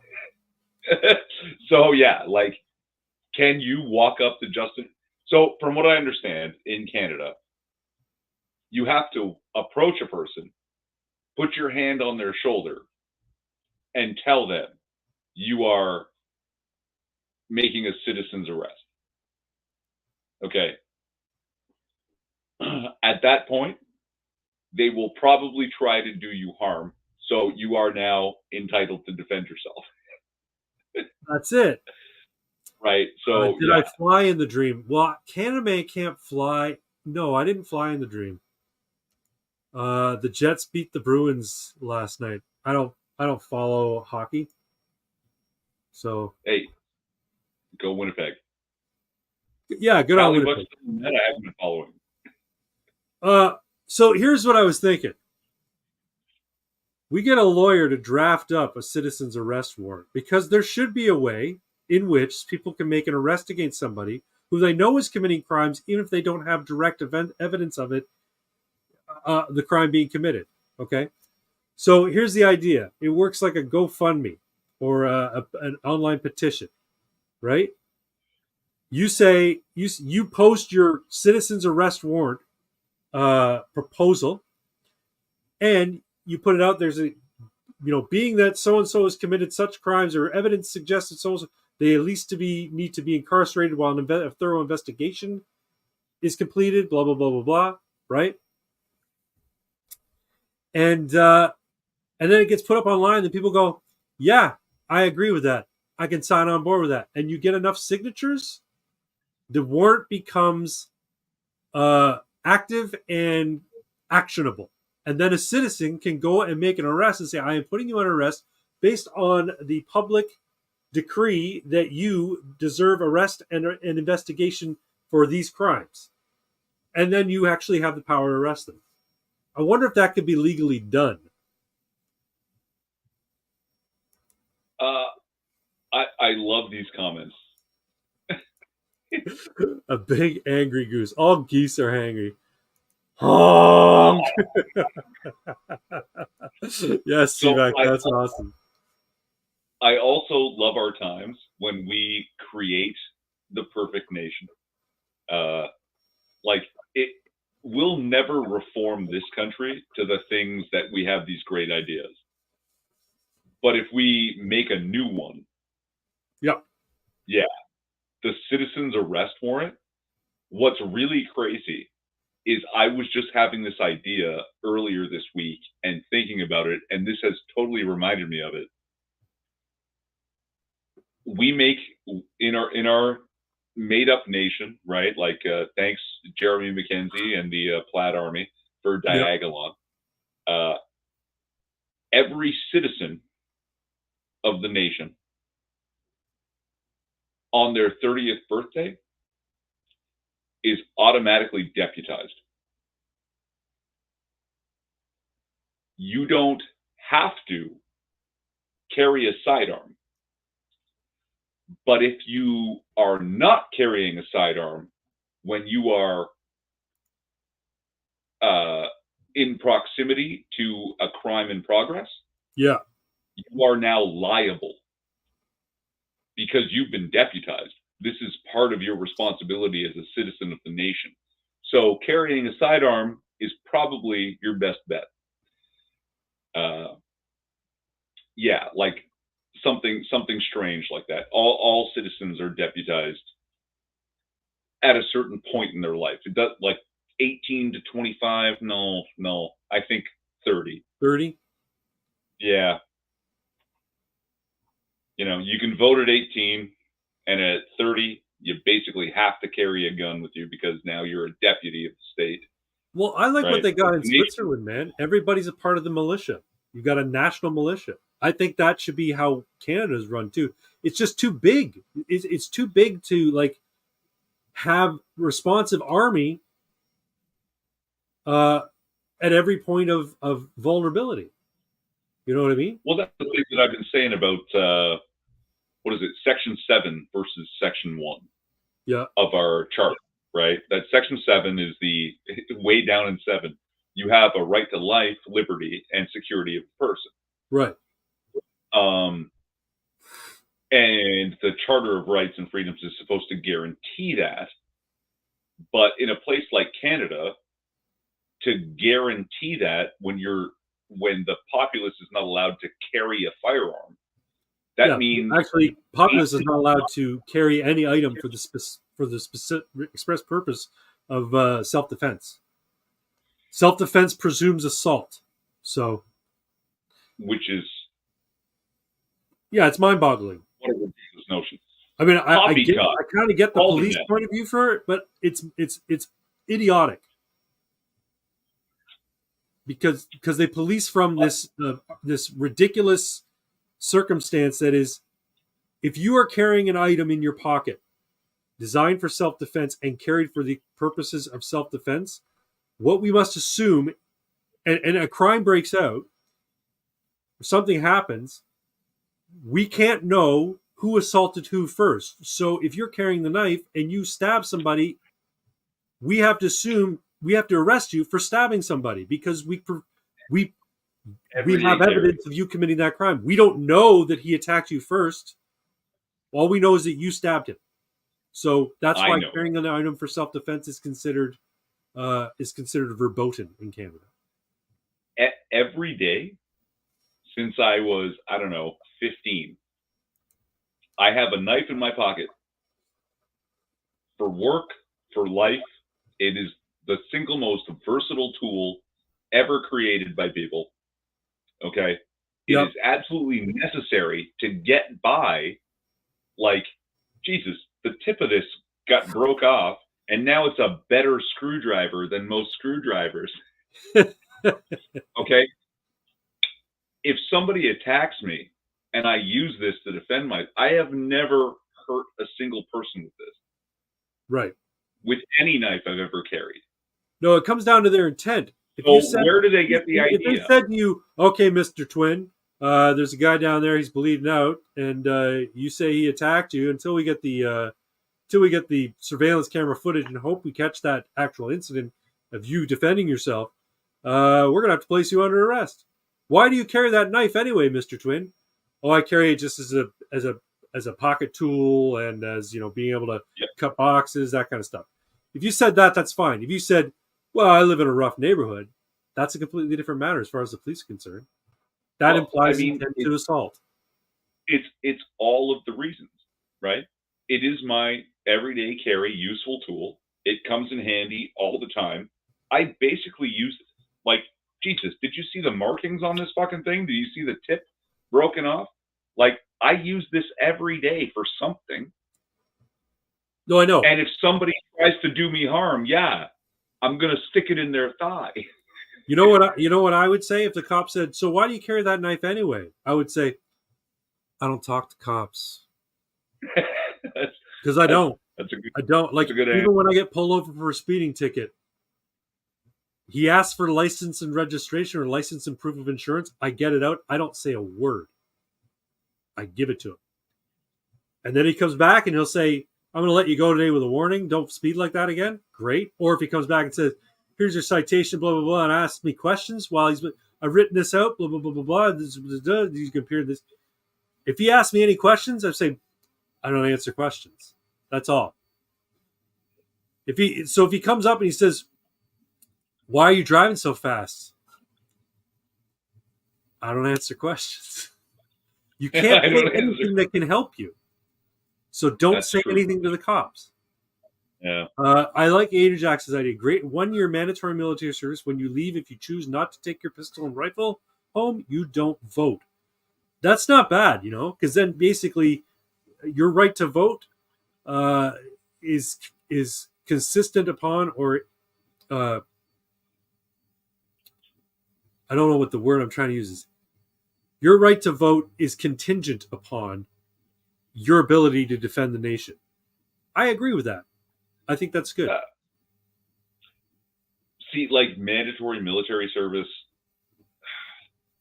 I want to agree, but I can't. Switzerland has mandatory military service. I know. And they have a very healthy gun culture there. Every adult must own a sidearm. Right. But no, they also have to go through basic military training. They have to serve in the military. I don't know if it's a full year. Basic military training. Yeah. You want to make that mandatory? Sure. But serving? No, I think that should be voluntary. I agree. I like the idea of it being voluntary as well, but I understand the point of view. That automatically deputized thing, that's already pushing the boundaries of what I think is acceptable. I think to some degree you have a responsibility to the nation. I don't think you should be drafted to war.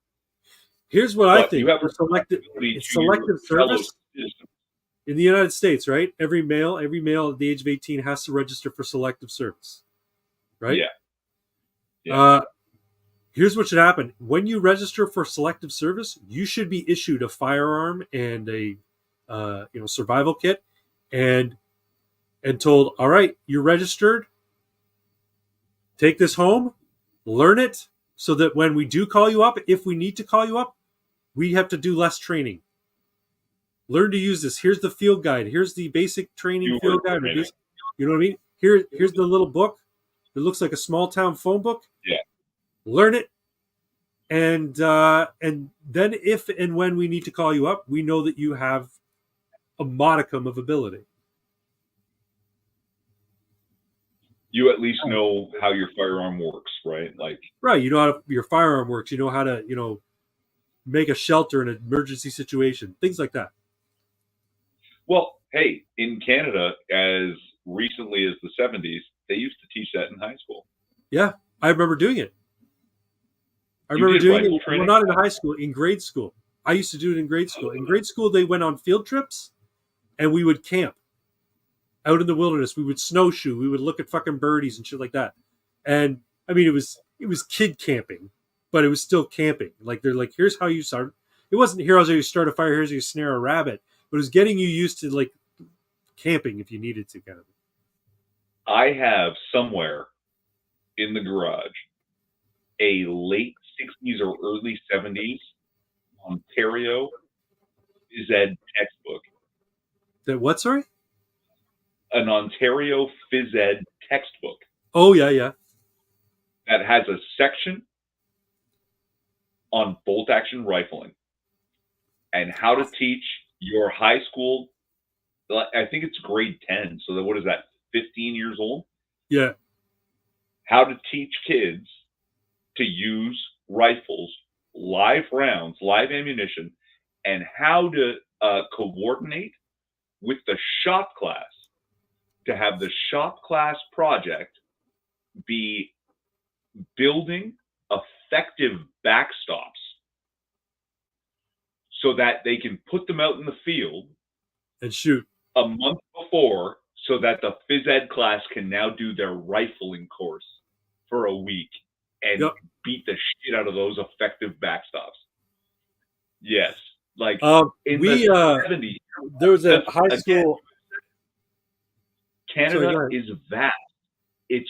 There's an enormous wilderness. And in the 70s, all of Canada, all of our what are now major metropolises were not major metropolises. No. We were fucking Hogtown. Yep. We're the Big Smoke, right? We did all the pig farming here. That's right. We still do, right? During exhibition, if you go down to fucking Lakeshore and Strawn, you'll see those 1,000 boars. Yep. Yeah, the big trucks filled with fucking pigs. Yeah. Right? It's still Hogtown. And yeah, we used to have to know how to use a rifle because there was fucking bears coming into the city. There was fucking deer. There's still deer in Toronto. It's true. There's coyotes.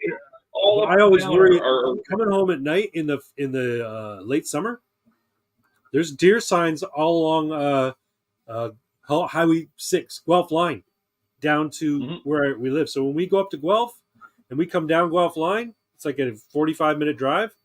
It's pitch black. There's no street lights, and there's like signs, deer, and I'm like, fuck. That's all we, that's the worst thing that could happen is a fucking deer runs out of the middle of Guelph line while we're on our way home. Yeah. I would hate for that to happen, but thankfully it never did.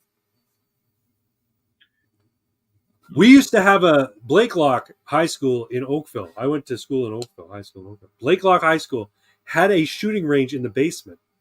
I did shooting at Blakelock High School when I was in Army Cadets. Just 22 bolt action rifle, but it's fun. Yeah, no, I mean, that's an effective weapon, man. And that's what I tell people when I talk to my nephews about, taking them to the gun range, because my eldest nephew on Melina's, sister's kid, he has expressed an interest in going to the gun range, and she's all like, yeah. And I'm like, look, shooting is a life skill. It's like cooking. Knowing how to shoot a gun is a life skill. Even if you never have to do it, to know how to do it, it's not just in the movies like point and shoot, point and pull the trigger. To know how to do it effectively, know how to handle a gun effectively, that's a life skill. Even if you never plan on owning a gun, it's a life skill. So that if you come across one, you know how to deal with it. I lost Irving Twin. He's left me. He's bored of me. I'm sorry. I've been really keep chatty. Keep talking. I'll be right back. Oh, he's got to pick his nose or something. Yeah, I just think it's a life skill and people should learn it. Oh, he got disconnected. Oh, well, maybe he's got a reboot or something. How am I going to do this stream all by myself? Good thing I'm chatty tonight. Folks, what's a life skill that you think everybody should have? Tell me in the chat. I think cooking is a life skill everyone should have. And I think people who, I think women, especially who pride themselves on not cooking and just getting takeout all the time, I think they are idiots. And I'm like, why are you proud of the fact that you don't know how to take care of yourself?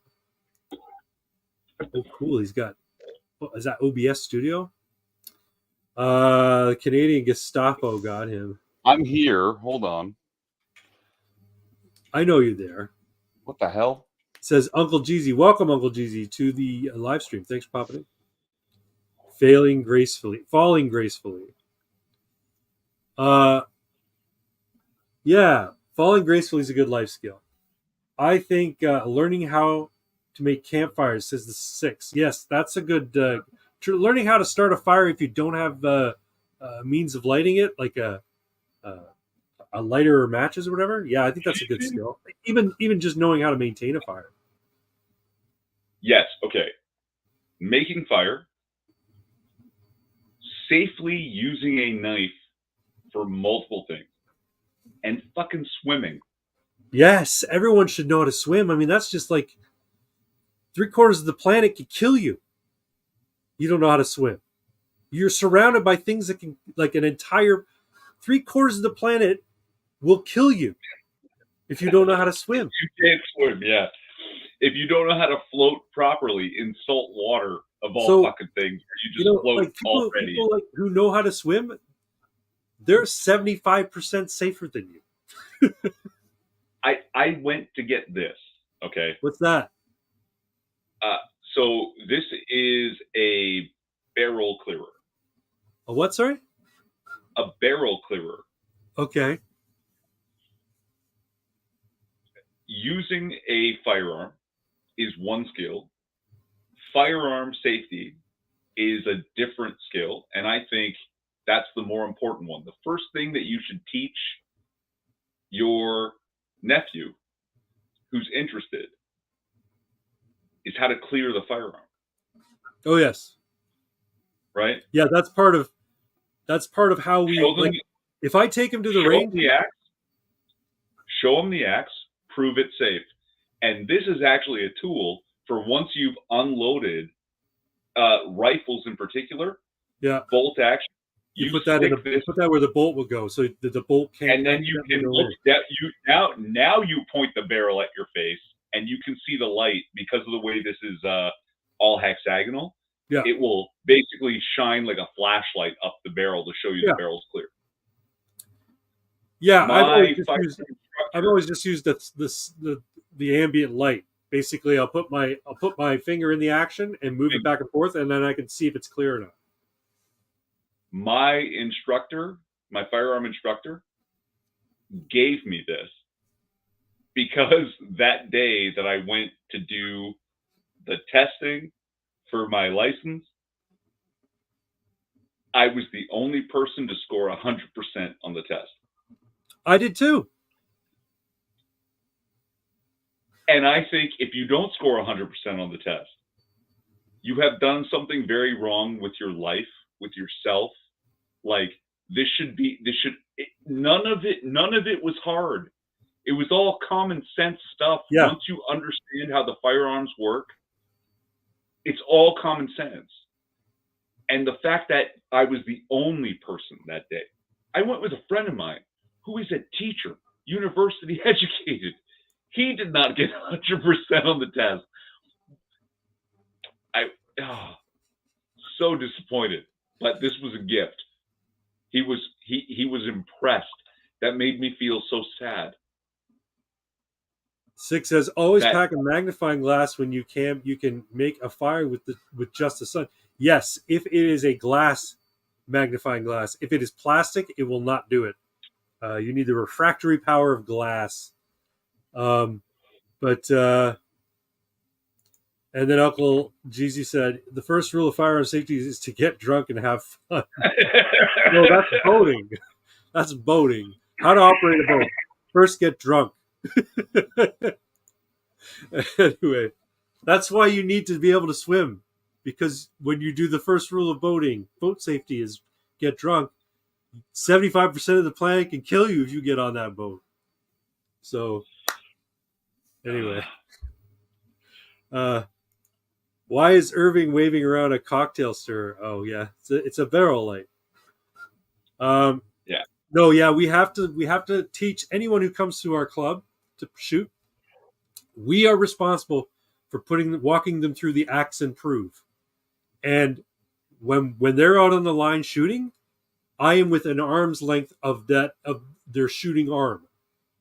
So if I have to stand right beside them while they're shooting. So if they do something stupid, I can grab that gun because I'm responsible for what they do.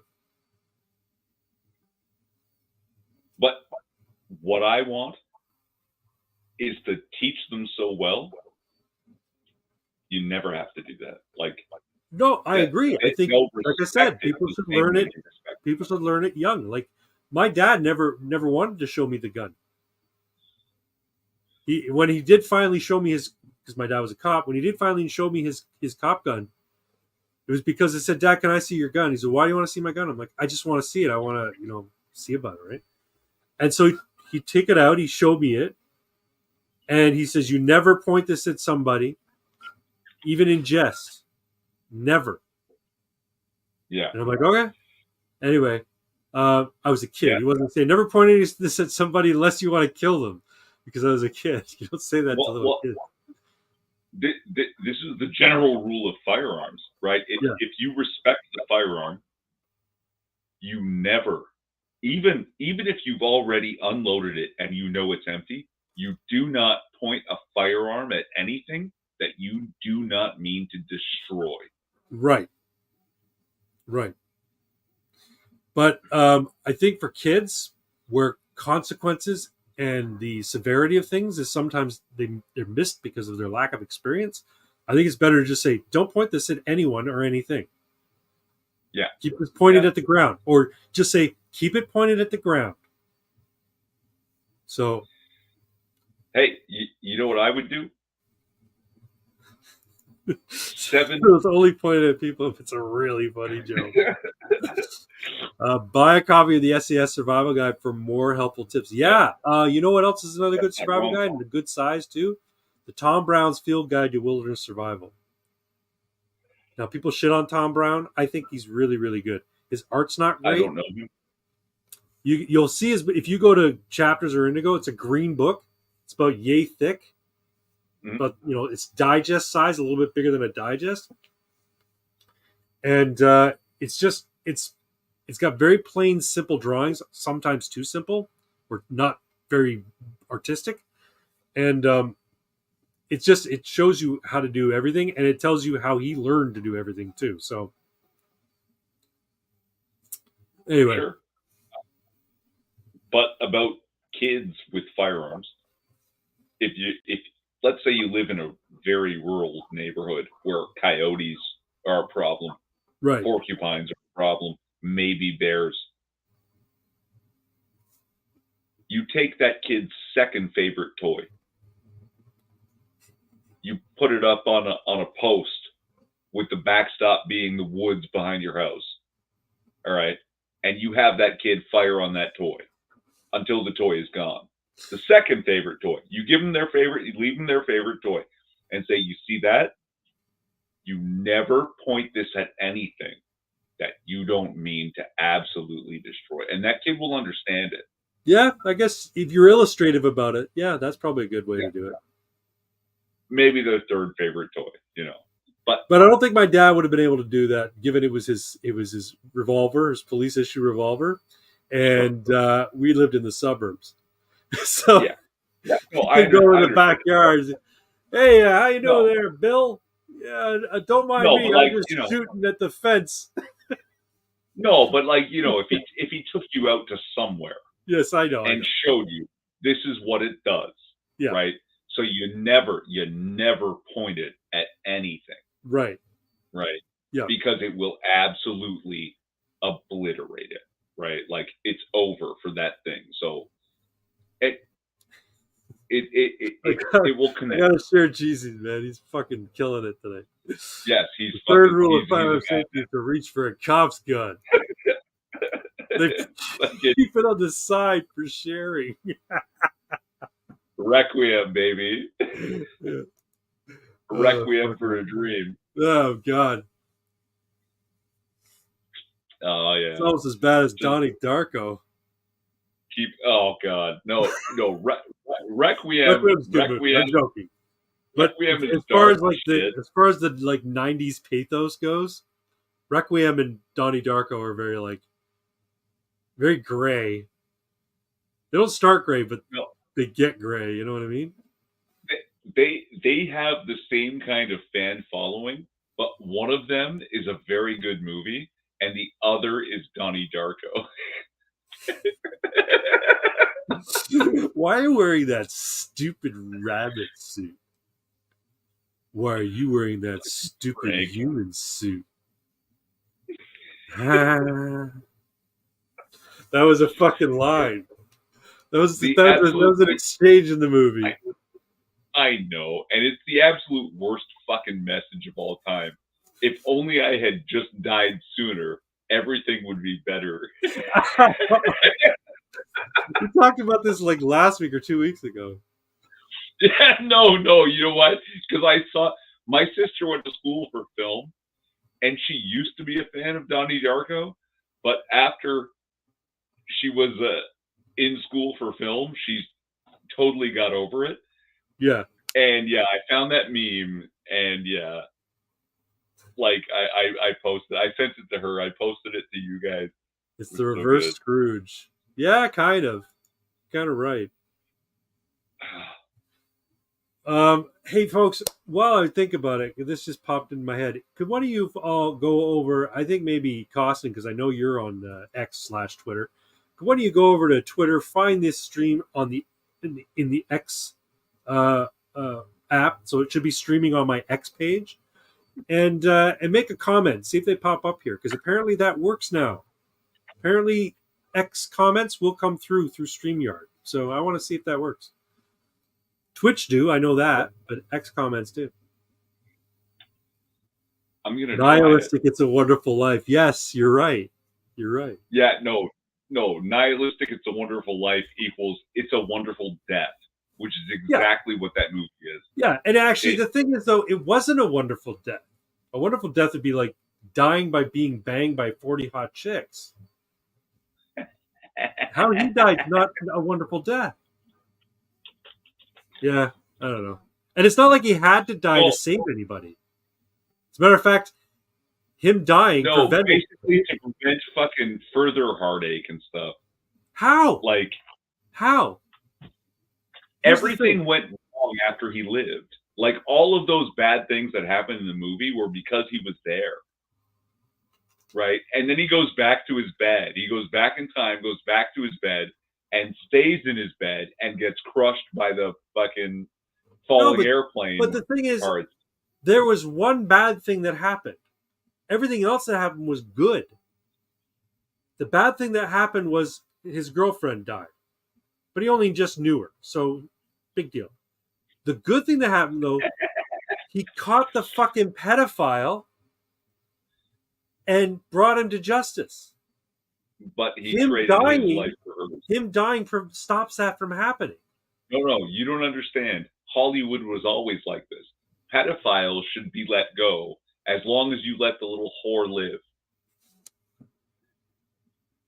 Well, because the whore died, the pedophile got to... That's fucking terrible. Yeah, of course. Yeah, it's literally the worst fucking movie ever made. So I posted his sister gets fucked up and some old woman died and shit. By him living? There's a series of negative events that occur, and in the week that he had with the girl who moved in next door or whatever. Yeah. I'm trying to remember. Yeah, I tried to make a... I know his girlfriend... I can't remember what the other bad shit that happened. I know the good thing. He caught the pedophile. But... Or exposed the pedophile, I should say.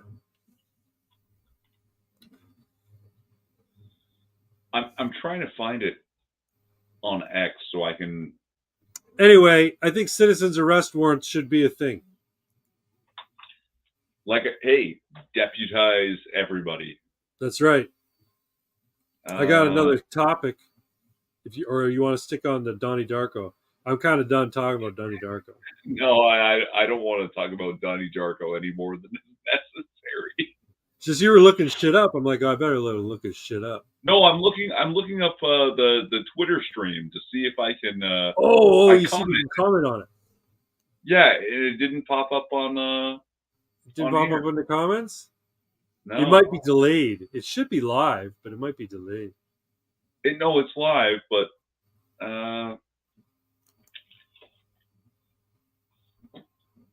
Oh, hold on. I can read, but they can't post. Well, that's crazy. Why would that no, be? it doesn't come up in the comments here in the chat on our Okay, stream so here. they're showing that a couple of places. When I go to the chat platform support, I can read from some sites, but it won't post the actual comment. Whereas some sites, it will read and post them. So Twitch, YouTube, Facebook pages, but X, Hoppin or whatever the hell Hoppin is, they will read it. I should be able to read it, but they don't post for some reason. Weird. Maybe X will eventually. Who knows? Doesn't matter. We'll see. Folks, if you're still here, and it looks like our numbers just keep going, fluctuating between a dozen or so, and you haven't already subscribed, please do. If you haven't hit the like button, do that. Hit it like you hit your girl under the mistletoe on Christmas. I don't mean hit. I mean like hit. You know what I mean? No, smack her. Smash. Ugh. All right. Oh, and what we else didn't do a GoFundMe.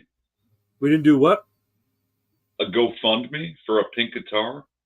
That's right. Yeah, folks, there's another announcement I want to make. Pox, our good friend Pox Toxic, is trying to get his daughter a pink guitar, and it's been hard to find, but he found a place, and he just needs a bit of more money because things are kind of tight around Christmas. So, did we start? What the fuck is CAD?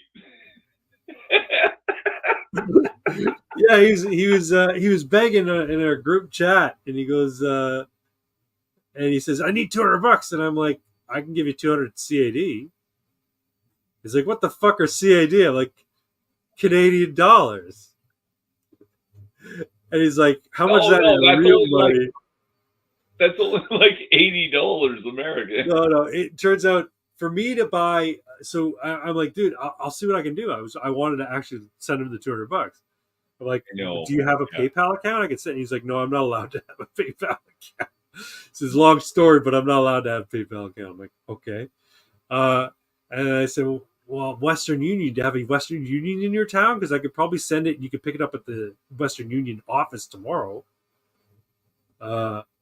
He's like, maybe, I have no idea. I'm like, all right. So, but yeah, he needs a pink guitar. So send him money. If you're in the United States, you can use the Cash App. Apparently, Cash App does not work between Canada and the United States.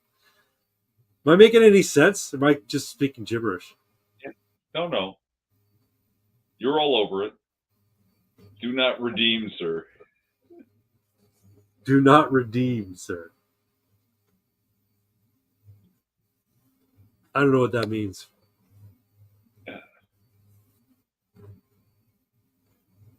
It's some Indian joke, I'm sure. What's that? It's some Indian joke, I'm sure. Do not redeem, sir. Do not redeem. Do you have that? Do not redeem, sir. Yeah, we make fun of races and genders here. Holy shit. Okay. Can we talk about Christmas as usual? Christmas as usual? Sure.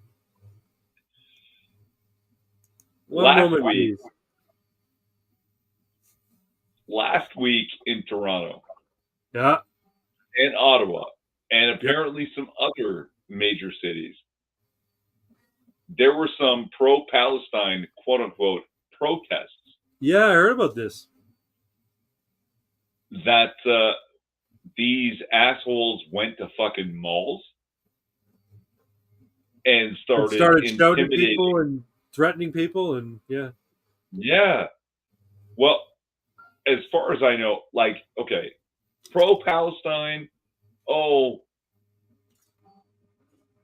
but they're yelling at children and Santa Claus? Yeah. In the mall? Yeah. Right?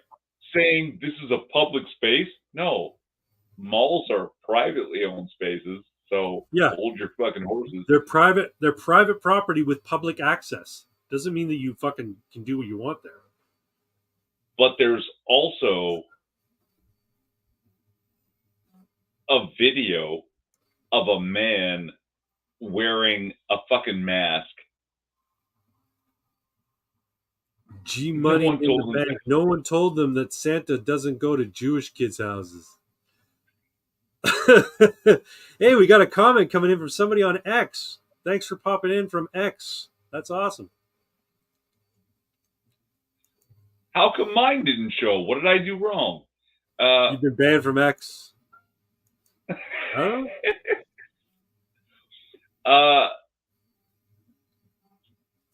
Yeah, I don't know what it is. I think you know what?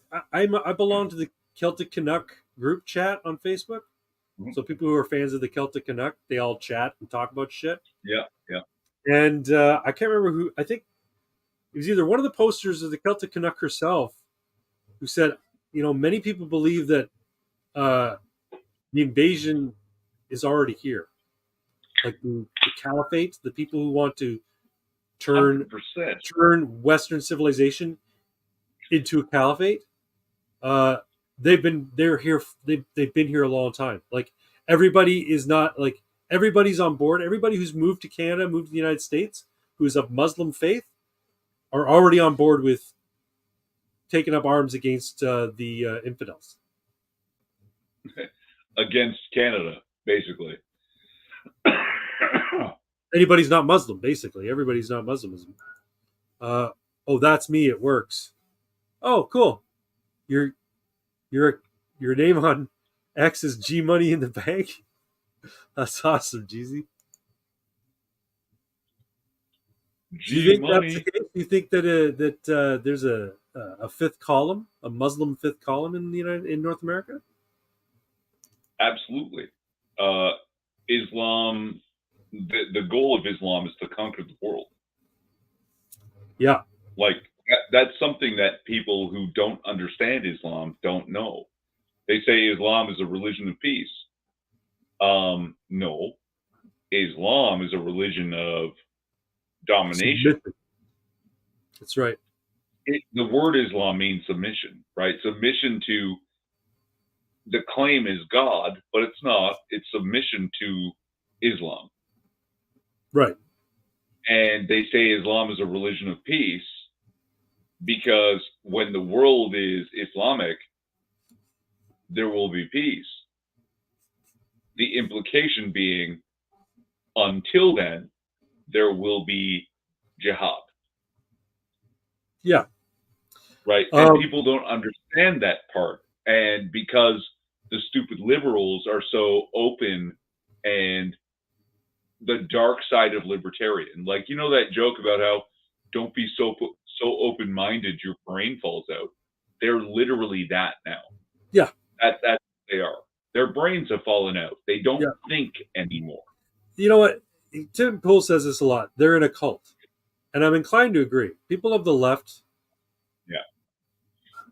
When they talk to me, if I ask, whenever you see these videos all the time, Charlie Kirk does them, fucking bunch of other people do them. They go and they talk to liberal people at liberal universities, students mainly. And whenever they're asked a question that they actually have to think about, they can't. If they have an opportunity to spew rhetoric, to talk talking points, no problem. They can parrot what they've been told, but anytime you ask them to unpack it, they can't. It's like the statistic or that they're citing just speaks for itself. And it's up to you to draw the conclusion that I'm trying to imply. It's crazy. Yeah. It's all ideology. It's all pleasure seeking. It's all it's all. Well, Fucking Jesus. have you seen how base It's like- development are? Not gay again.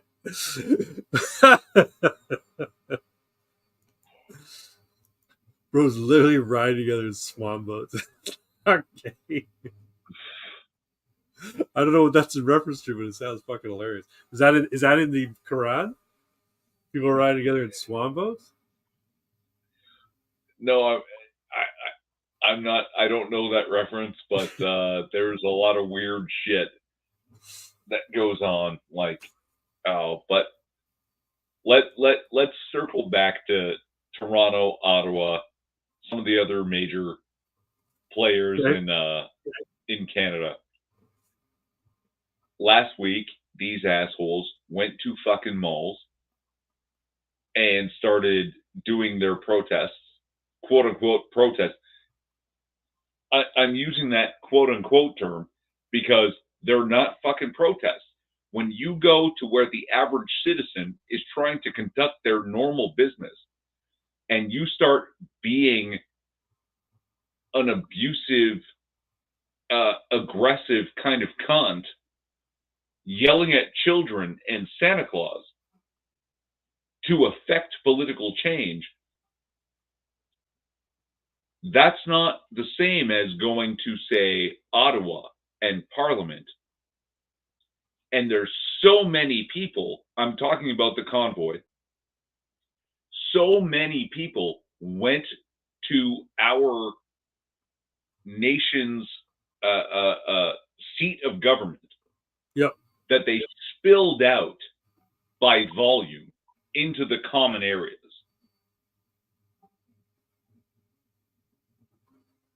That's not the same. No. That's not the same thing. You went to where citizens are, not the government, not the military, Right. not the police. Right.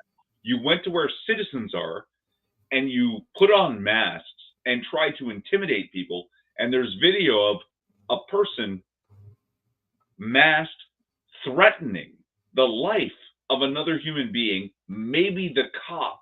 Yeah. Not actually. Yeah, that's the thing. I heard that a cop was assaulted. I don't know about assaulted. Maybe that was today. There was some stuff that happened today, and I don't have all the details of that.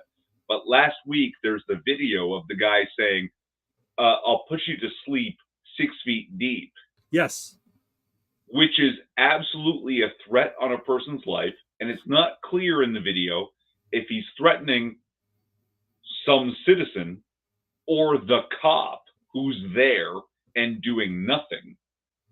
But it doesn't matter, because what you are effectively doing at that point is intimidating the populace, the citizenry, for political change. And the definition of that is terrorism. It doesn't matter you didn't kill anybody, you didn't actually assault anybody. The intimidation, the fear factor of citizenry for affecting political change is what is called terrorism. Mm-hmm. Using violence and threats of violence to get for political change. We got a comment from Irish Rose. Welcome, Irish Rose. Thank you for popping in, and Merry Christmas to you. Merry Christmas, guys. And by the way, It's a Wonderful Life is the best Christmas movie because it is about self-sacrifice, just like Jesus. Okay. I think Die Hard's the best Christmas movie because it got a, It's also about self-sacrifice, just like Jesus. That's right. It is. He's sacrificing of himself at 100%. You're not blood. Wrong. His hands and his feet both bleed. He gets. Yep. He's like Jesus. John McClane is like Jesus. Yeah, and he doesn't. For a woman who wasn't even his wife anymore. He doesn't actually die and rise from the dead, but he should have died so many times. We can count that. That's a miracle. It's an equivalent miracle. Yeah. I think being immortal, even if it's just for a 2-hour period of a movie, is equivalent to rising from the dead. He should have died, and he miraculously survived. I think that's similar level, right? Like on the same, like, again, you paraglide into another nation and kill a bunch of people. That's terrorism. You go to where people are and you start screaming at children and Santa Claus and threatening police with death. That's also terrorism. You don't have to kill anybody. It's degrees of the same thing. That's what I'm Right. saying. Agreed. I would agree. And yes, Die Hard, degrees of the same thing as Jesus. Now, let me ask you this. Wait. Rose and Ajax, Merry fake Christmas to you. Yes, I am Italian on one side, Ukrainian on the other, Ukrainian German. So yes, I have the Roman Catholic and I have the Orthodox. So I know this is the fake Christmas, but Merry fake Christmas, and we'll have real Christmas later in January. Yes. For real though, it's about a dude simping for a woman who already moved on. Yeah, no. But he is simping for her, but he also reunites with her. I think by the end of it. Hold on, simping is different from what he was doing. He made a real commitment. They had a real commitment, and just because she was questioning it, out of it, whatever, he just did the thing. They laughed at me for honoring Sober October. You don't have to honor the commitment you made to me. I made a commitment and I'm going to honor that. That's not simping. That's different. That's very different. Simping, these bitches don't make any commitment to you. They never made it. Let them get the bag. Nakatomi Core has insurance. No, but then you see you what I would mean? have a cool fucking Christmas movie to watch there, pal. You know, it's another good Christmas movie that people don't consider a Christmas movie, but I would argue is more of a Christmas movie than Die Hard. Gremlins? Yes. Gremlins that is one of the best Christmas movies of all time. It's a great Christmas movie, and it's more about Christmas than Die Hard. Die Hard just happens to take place at Christmas. Gremlins, the fact that it's Christmas is integral to the story. Same with Die Hard. It's integral. It really is. The fact that it's Christmas? Yep. I don't agree because then hold on. Then there would have been no need for Die Hard 2 and Die Hard 3. In Die Hard 2, it took place at Thanksgiving. In Die Hard 3, it took place at 4th of July. It was the first Die Hard was standalone. The others came because it made a bunch of money. The first Die Hard is literally about self-sacrifice. Right? With the potential for zero gain. I am doing this thing because I am a principled person. And I have to do it because I promised myself I would be better. Like, that's what it is. Like, I would die on this hill. That's the movie. And it happened at Christmas. That's symbolic. Right? Gremlins, similar. Right? There's a gift that's happening. It's gone wrong. And somebody is now trying to make it right. And then, of course, the third essential Christmas movie is The Ref. The Ref is such a good fucking movie. Dennis Leary is fucking hilarious. It's a Wonderful Life is actually fourth to these three that sort of sit on the top as a trinity, if you will, of non-Christmas Christmas movies.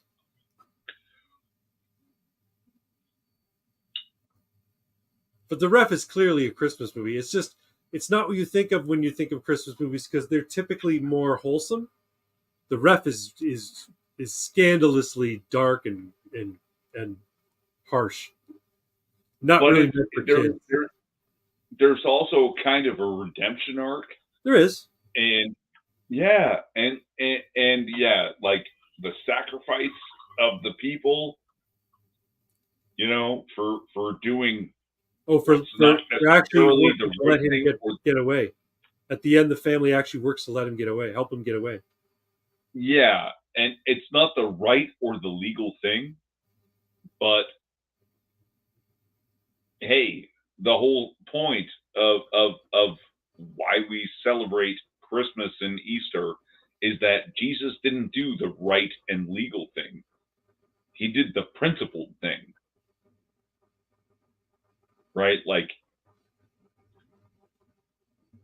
he was Well, you know what? That brings arrested, convicted, and executed because he committed what was considered an act of domestic terrorism. Right? Like it brings to mind the phrase you hear it a lot around this time when a little kid might say, I gave Johnny the cool toy he wanted, but he only gave me a card with a gift, like a McDonald's gift certificates in it. I didn't get as good as I gave to Johnny. And then the parent will say, it's always better to give than to receive. And that's kind of what happens with all these movies, right? They all give of themselves, and they not for the promise of receipt. They give of themselves because it's better to give than to receive. And the same thing goes for us, right? Like why we give more at Christmas than we receive. Typically, we should, right? I don't know about typically we should. Let me share you a story. Well, think about it this way: I'm going to get one present, and I'm putting out 5 or 6 presents. I don't care that I don't get an equal number of presents back. Yeah. So I'm giving more than I'm receiving at Christmas time. I don't count it. Like it just got me thinking about how at Christmas time you hear that phrase. It's better to give than to receive. And typically at Christmas time, if you're buying gifts for people, you're probably going to be giving more gifts than you're going to receive. Years ago, I was at a strip club. I went out for a smoke. That's the gift that keeps on giving all year through. Damn straight. And I went outside for a cigarette. And there's this big old fucking dread. Okay? Dude's like, oh, what? Dread. Dread. What's a dread? Jamaican dreadlocks. Oh, okay. Gangsta looking, big old dread. Okay. He's outside. He is very clearly setting up papers and breaking up bud. And I pull out a smoke, light it up, and he looks at me and he says, "Hey, man, can I have a piece of a cigarette?" I said, "You can have a whole cigarette.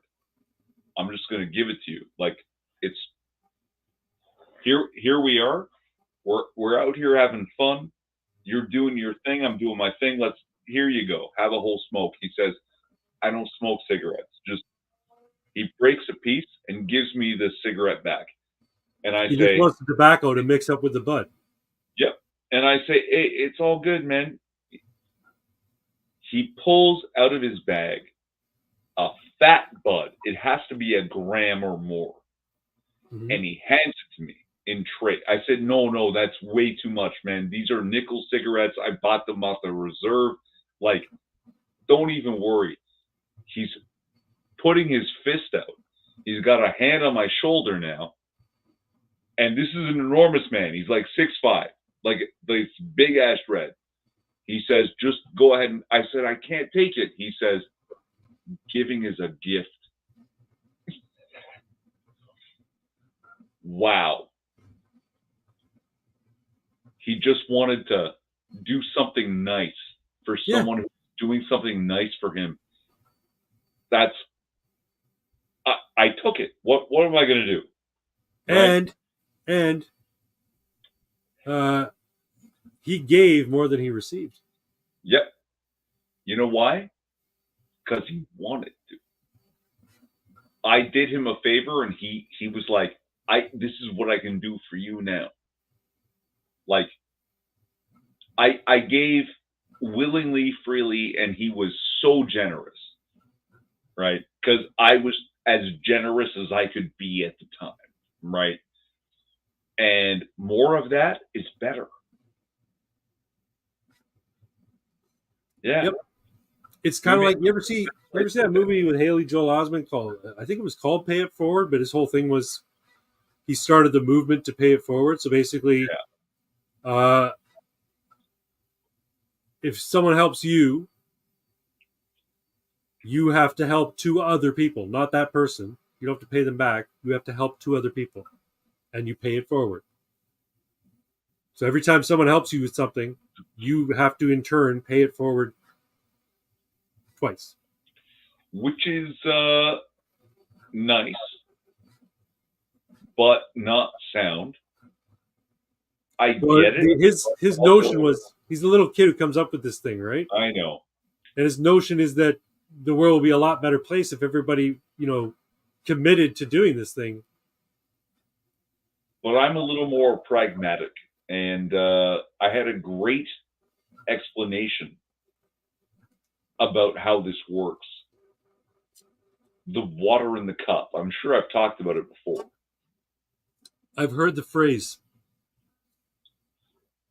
Imagine everybody has a cup of water.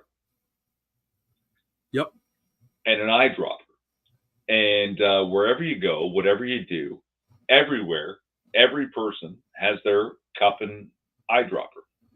And how many times do you and I interact, and maybe I'll use my eyedropper to take some water from my cup and put it in your cup. And you go to your wife and you put some water in her cup, and your brother and water in his cup, and your wife puts water in your cup, and your brother puts water in your cup, and your parents and your family, your friends, and all that. And you're all just sharing. It's almost like a currency. But we don't have to count currency because it's just water in a cup. Right. I have a cup of water and you have a cup of water, and we're good with our cups of water. We're fine. But if you start paying attention, you don't have to think, hey, is it my turn to buy coffee, Craig? Or my friend Joe that I see like once a year when I'm lucky? Did you buy coffee last time? No, it's my turn to buy coffee. I'm going to buy coffee. Right. Because we don't worry about that, because we're always trying to put water in the other person's cup. We're not trying to get water from the other person's cup. And if you suddenly think about it like that, you'll notice how many people, their cup runneth over and they have not a drop to spare.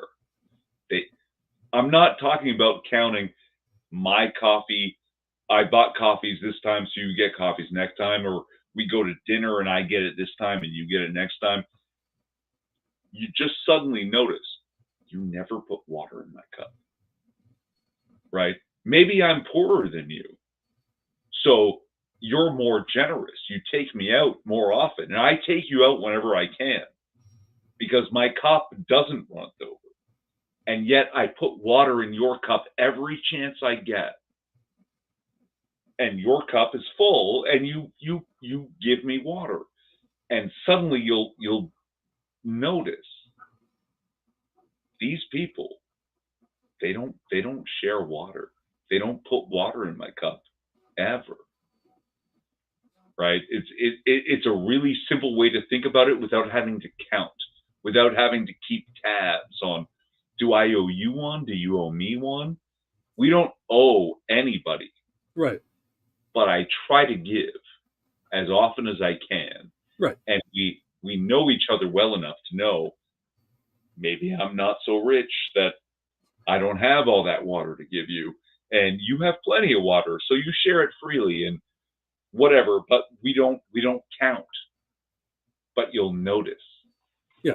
Well, you know what? Here's the thing, though, and this isn't to put a wrinkle in what you're saying. It's almost just to sort of like expand on it a bit.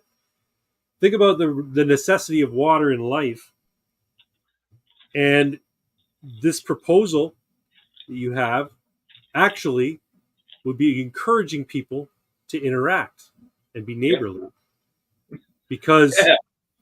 you need to constantly be not only filling other people's cup, but filling your cup too. If you don't interact, if you're one of these people who just wants to hoard their water, you have to ultimately, at some point, you need to use some of that water. And if you're not refilling it, you're not drinking.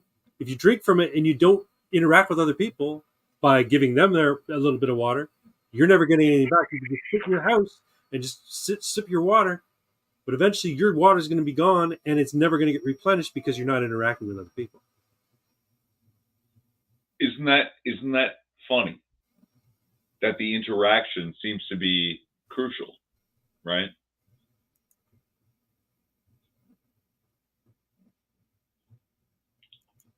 Sorry, Jeezy.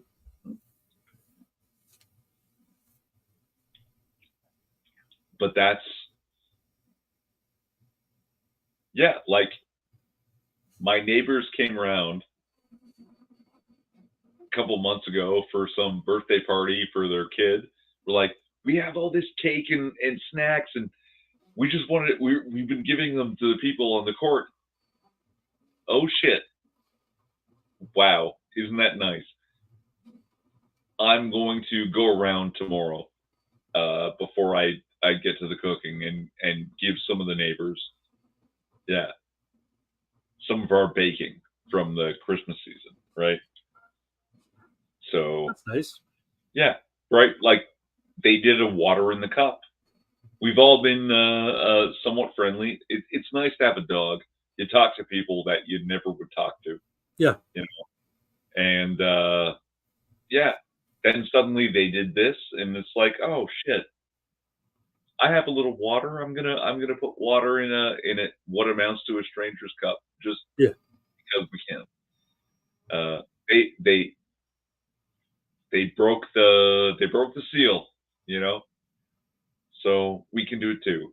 Wouldn't that be nice? Wouldn't that be wonderful if we all? Well, that's why when people moved away from the cities and into the suburbs, they tried to maintain a sort of neighborhood mentality, but they didn't. The architecture and the city design didn't really do it that well because people weren't very neighborly. We eventually became cloistered from one another, even though we're like a few feet away. I don't know what it's like in your area. This is on a court, so I know my neighbors to the left and right of me. I know the guy across from me. I know a guy on the corner, but everybody else, I don't know. And there's only about 25 houses on this court, probably less than that. So, but we don't really talk that much. What I did though do, and this isn't about helping a stranger out, but helping a neighbor out, like you're talking. I gave my neighbor. We got a new snowblower. The wife saw our neighbor's snowblower. One year he came around and he helped big snowstorm. He helped everybody out with his big snowblower. And my wife's like, we should get that. We should get one of those. We should get one of those. And I had an electric one that ran on 2 batteries, but it couldn't handle heavy snow. Yeah. Couldn't handle a lot of snow. So she said, oh, we should get that one. We should get that one. So we got this big Toro thing, right? It's fucking runs on gas and makes a lot of good brand. Yeah. And so we have that now, but now we don't need the electric. And the girls next door, they're just a young brother and sister, 2 sisters, young sisters. And this is their first house. And they got an electric one, but it has a cord. And like, that's a pain in the ass. That would be such a pain in the ass to run a cord to clear the snow on your driveway. Yeah. So I'm like, hey, we got this, we're cleaning out our garage. We got this snowblower, and then we got this other snowblower. Do you guys want it? It's like, oh, yeah, well, maybe. Like, it's cordless. It might help you. Like, oh, well, maybe. How much you want for it? I'm like, I don't know, like $100, whatever. It doesn't matter. I don't care. Anyway, few weeks back, it started to snow outside. I'm like, we were cleaning up the garage anyway, and I'm like, I'm just gonna wheel it over there because if it snows tonight and there's any accumulation, they could use it, right? And I didn't see him for a couple of days, and she's like, "Hey, thanks for the snowblower. That's really nice of you." I'm like, "Yeah, no problem." And if she'd said, "How much do I owe you?" I would have said, "Don't worry about it. You've mowed my lawn a number of times. Consider it even." Oh, yeah. So there are No, neighbors, and people are neighborly, and I think people are inclined to be neighborly, but unfortunately, suburban living does not really accommodate that. Like the way they've designed our cities and no, our little streets, no. they don't really they don't induce it. They're not conducive towards it. So it turns out when you mess with demographics, when you introduce random populations into the suburbs, into Yeah. anywhere, yeah, you reduce general trust. And, Yeah. and that doesn't mean that like, oh, I only trust the white people. Right. Right. It means I trust everybody less. And it's actually a little bit of work to start getting back to trusting the people in your neighborhood, even the people that share your race or background, right? That, like, you know, there's a bunch of Indians in my court now, right? And there's some European peoples. And yeah, I'm trying to, I go out in the morning with the dog. And so I run into the Indian family that's taking the kids to school. And they go, "Do not read him, sir. Do not read him, sir." but I say good morning. And for a couple of weeks, the mom with their kids did not respond. And instead of being offended, and I would just, good morning. My dog is well behaved. He's very old and he's going on the court. He's not, like, he doesn't even approach them. He doesn't look at them. He's busy. He's sniffing the grass. Yeah. Good morning. And finally they say good morning. Okay. So it takes a bit of time, right? It takes some real effort sometimes to rebuild You know what? trust. Like, I mean, this is going to be totally racist, but it could be that they're looking at your dog, going, "Imagine how many people I could feed with this." No, from India, it's the other way around. Imagine how many children this dog can eat. Right? And that's the joke. When they see the size of the dog, people go, "What are you feeding him?" And I go, "Children."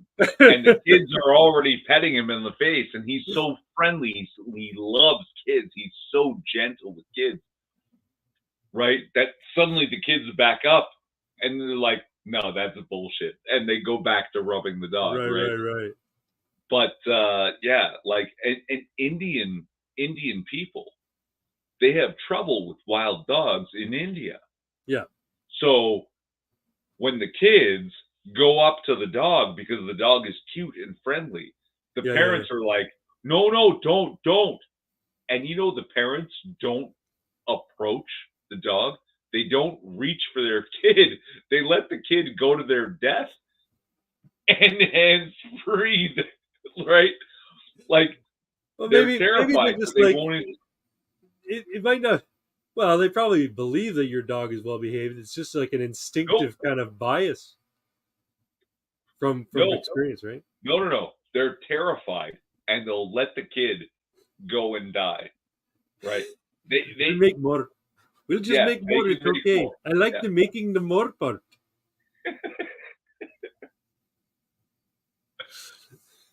But I'm not a racist. I love Indian people, and I love butter chicken. So look, there's a bunch of Indian people in my neighborhood, and more so over the past 10 years. And you know, they have Diwali usually in mid-November, sometimes early November. Yeah. Indian people would put up their lights in November, and then take them down before December. And the white Christian people would suddenly put up their lights come December for Christmas. And there was like a weird, like, oh, a week of no lights. Yeah, it's kind of weird. But over 10 years, the Indian people would put up their lights for Diwali Just keep and then just leave them up because the white people started putting up their lights earlier, right? Mid to late November. And then suddenly there's Diwali and there's Christmas, and it turns into one big, like, celebration of lights in the dark times, which Right. is what both celebrations really are. Yeah. They're about the longest night of the year, and then the next 3 days became the shortest night of the year, but then becoming the longest night of the year. That's right. Exactly. Or And becoming longer, I should say. The white Christians put up their lights earlier in November. The Indians are now letting their lights string out till January, and suddenly we have this huge festival of lights for both people. None of us are Palestinian and give one shit about what the fuck is happening down there, and everyone is mad about no Christmas as usual. What the fuck do these people think is going to happen? You're going to go to the mall? You're going to go to the mall and yell at children and Santa Claus? And Canadians are going to be like, oh, I guess we have to take up arms and go to Gaza and fucking, like, just fire at like, what the fuck? I love Israel now? What the hell is happening? Yeah, what that's is crazy. going on? What do they think they're going to do? What is the outcome they expect to happen here? I don't get it, man. I think it's like you're saying. I think it's terror. I think these are these sort of shock troops, so that people know, let the infidel know, hey, reminder, we're fucking here, and we have a penchant for being angry and getting in your face and doing terrible fucking shit. You know, and get people kind of see the response, right? Kind of see how cowed are they going to be? Are people just sort of going, how are they going to respond? Are they going to start pushing back? And if they start pushing back, maybe we need to like reassess the speed of our approach. You know what's amazing? There was a pushback. People started openly threatening, we're going to go to the malls and push back. Right? Like, we have shopping to do. We're fucking busy, and we're not going to take this shit. Yeah. And they were ready for it. And suddenly, we're going to go to Yonge and Dundas Square.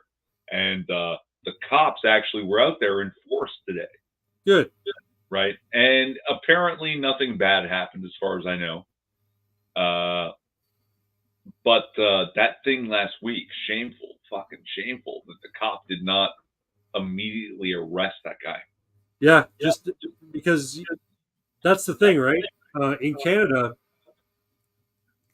assault is technically covered under, like, issuing threats of violence is considered an assault in Canada. If you say I'm going to kill you, you can be charged with assault. You should be, right? Like that's what's the word there? A call to action to yourself. Right. Right? Like, yeah. That's the same as acting on it. Yeah. You know, like, and again, the definition of terrorism is there are some people that say they're free speech absolutists, that say even death threats should be free speech. It's like, no. Are you fucking kidding me? If an enormous guy says to the little guy, give me your wallet or I will beat you to death, and he gives him the wallet, well, you gave him the wallet freely. That's free speech. No. Jesus Christ, man. Yeah, like, that's a little nuts. I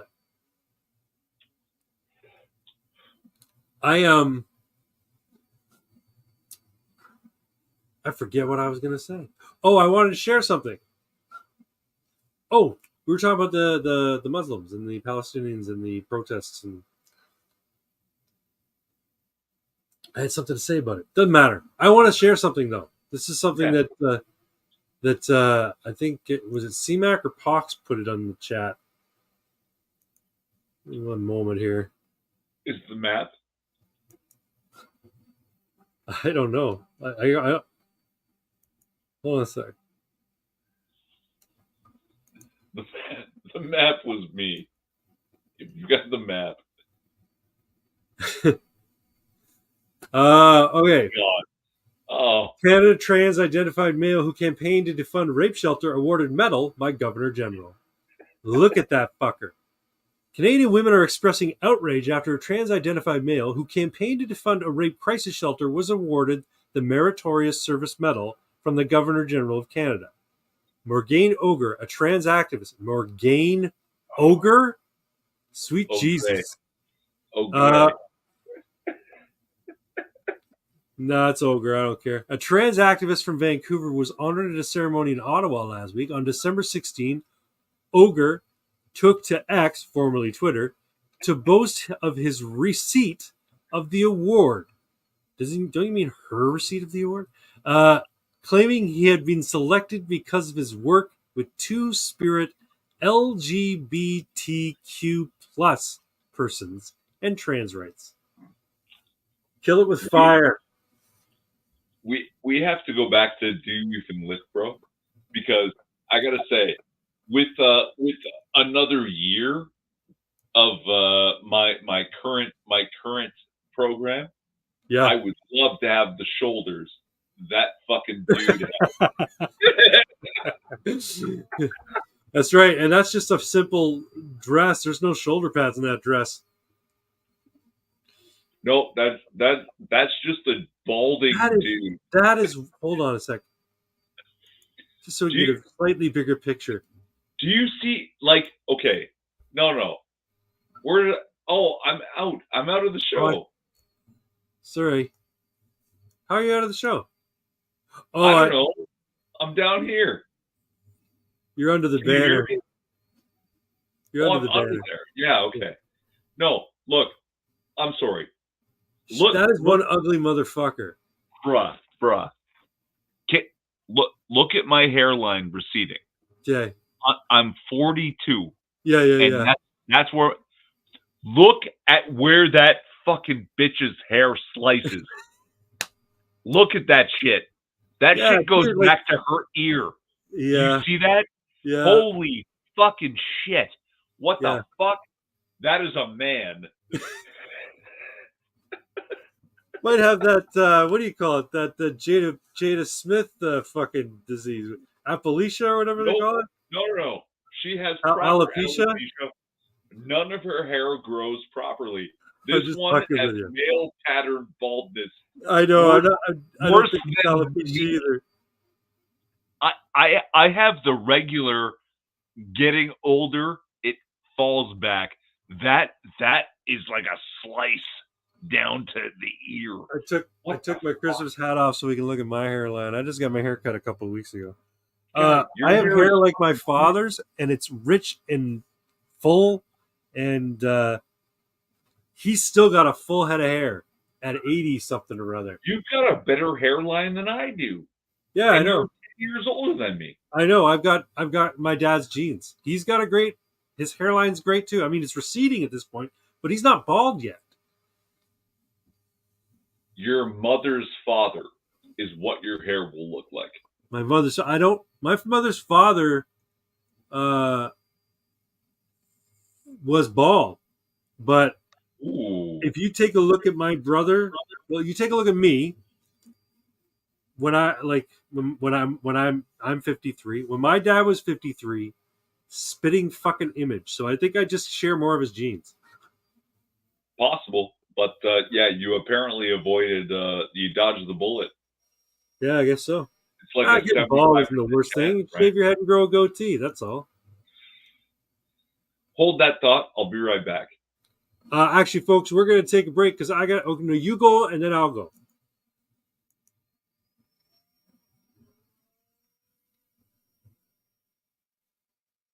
Oh, he left altogether. Well, scheisse. I think he shuts off his camera when he leaves his room. I don't know. Anyway, I'm going to stop sharing this. But it's just disgusting when you think about it. But feminism's going to get what they get because of what they done. Which is awful things. I think we should probably call it when Irving gets back. I got to get a drink. It's almost 1. This is an extra long stream tonight, folks. You like my flag? It says fuck a boot and find oot. Canada. Canadians talk funny. Twin, where'd you go, man? You left altogether. Your device has been disconnected from the internets.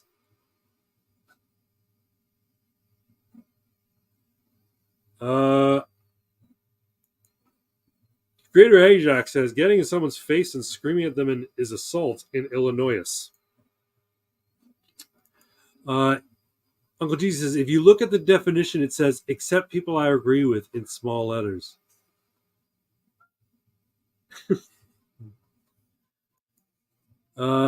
And then Uncle D, hairline starting at the back of his neck. Yeah, almost. Yeah, that's some bald motherfucker. I can share it again if you guys want to look at this piece of garbage. I just want to hold on. Uno momento. Where's my... There we go.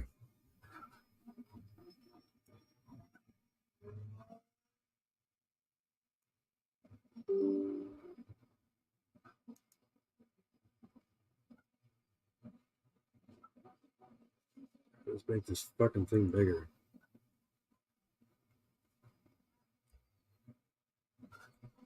Look at that beast of a thing of a woman thing. Look at that thing. Hold on, I'm not sharing the right one. Hold on, I'll share you the right one.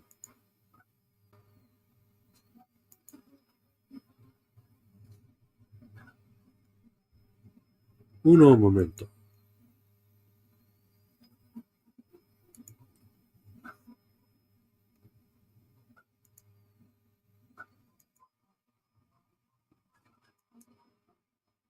Would you look at this thing? Dear God, look at it. That's one ugly broad. That's one ugly man broad. Ugh. I'm gonna hurl.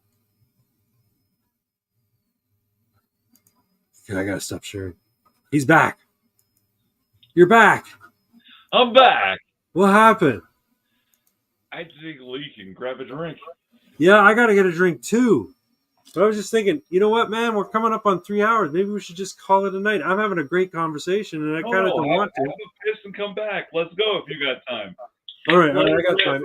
My thing's still printing. I gotta go get some water. I'll be back. Talk amongst yourselves. Where were we? I was showing that ugly picture of the broad. That dude, you mean? Yeah, like, God, it is so weird. What the fuck? No, okay, so let's circle back to Palestine in Canada. What did they think was going to happen? Children in Santa are going to take up arms, fly to Gaza? You know, I wonder what I would have done if I was the guy in the mall when that masked fool said that fucking garbage about, oh, I'll push you to sleep 6 feet deep. I think that's the quote, right? But it's a literal death threat, and the cop did nothing, right? If it was at the cop or the citizen, doesn't matter. That was a proper death threat. At least this week, they were more prepared. Plenty of cops on the streets, and prevented any kind of bullshit like that. They handled it more the way they handled the trucker protests. back in February 22. So I'll give him a little bit of credit for that. But if I was in the mall, I'm sorry, I do all my Christmas shopping by the end of November. It's over because I'm smarter than most people. But if I was in the mall and some jag says that kind of crap to me, you'll put me 6 feet deep. No, you won't. No, you won't. You know how I know you won't? Because your face is covered and you're not in Gaza fighting. You're here yelling at children and Santa Claus. So you're not only a coward, but a fucking weakling. And the idea that you can put me in the ground, right, is ridiculous because you're a pathetic excuse for a human being. Right? Right? What something else he said was, touch me if you're a man. Take your mask off if you're a man. Conspiracy theory time. Go away, coward. Go away. Go back to intimidating children and Santa Claus. And when worse comes to worse, grab a child and put it in front of you to protect you from me. Because apparently what I thought was me being a raging anti-Semite is not correct. I'm a raging anti-Palestinian and also a raging anti-Semite.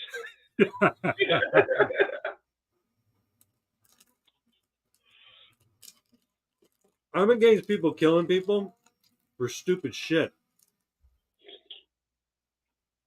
Hey, like I said, like your liberal feminist friend said, I just hope everyone over there gets everything they want.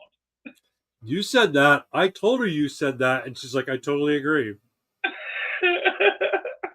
I'm like, oh, you should watch our live stream then. She's like, no, I'll pass. Because she knows the kind of shit I'm into, right? I don't want anyone to genocide anyone. But if they're not going to let it go, I hope they just take it to the logical conclusion, all of them. Right? Like, that's what's key to all of this, is you have to be able to let it go. If you're a sore loser, you're going to be a sore winner. And if you can't stop being those things, then you deserve everything you get. I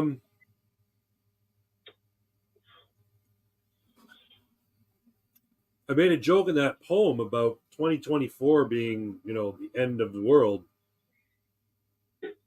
Oh, it will be. The problem is it's not really a joke. I truly believe that next year's going to be fucking rough, man. Yeah. I have no idea what's going to happen. I just don't think it's going to be pretty. They're going to have to declare open war on Russia to prevent elections. Because Donald Trump will win elections. He's going to win. That's a good point. It was a topic I wanted to talk about. My thoughts on the Trump situation. Sorry, Melina bought these like Kirkland brand, I think they are. I don't know where they're from. Anyway, they're like After 8 Mints. You know After 8 Mints? Yeah.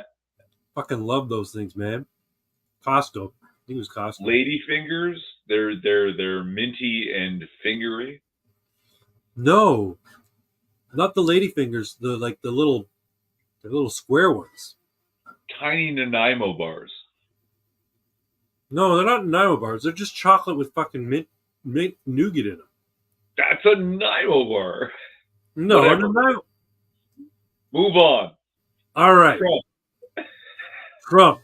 Stop talking about desserts. My print is done. Okay, I'll show you in a few minutes. Trump. The God Emperor. I have a feeling that this whole everything about indicting him, um, all the different indictments, all the different special investigations, all this sort of shit. This pillorying of him, this this just persecution of the man, all of it. The people who are doing it know there's not a snowflake's chance in hell of them ever going anywhere with it. It's not going to prevent him from running. They're not going to lock him up. Ultimately, I think what these exercises are twofold. I think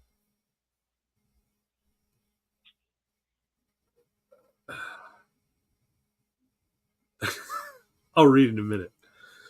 I think that part of it is they want to try and put it in the people's heads. Anybody else who decides they want to come from the outside and run in federal politics as for president, this is what we'll do to you. We don't want outsiders. We don't want populists. We don't want the people to get what we could give them. We want it. We're here to make money. We're here to enrich ourselves, and we're here to make it look like we're doing it out of virtue. The process is the punishment, right? Right. And we're not going to let anybody outside of our little network of people who are on board with that plan. We're not going to let them in again. And if they try and come in, this is what's going to happen. So it's a message to people who might get ideas like Donald Trump. So like if Elon Musk were legally allowed to run for president, which he's not, but if he were, they don't want him running for president, right? That's the one thing. The second thing is to give red meat to their supporters so that they go, yes, they're going after the big orange evil man.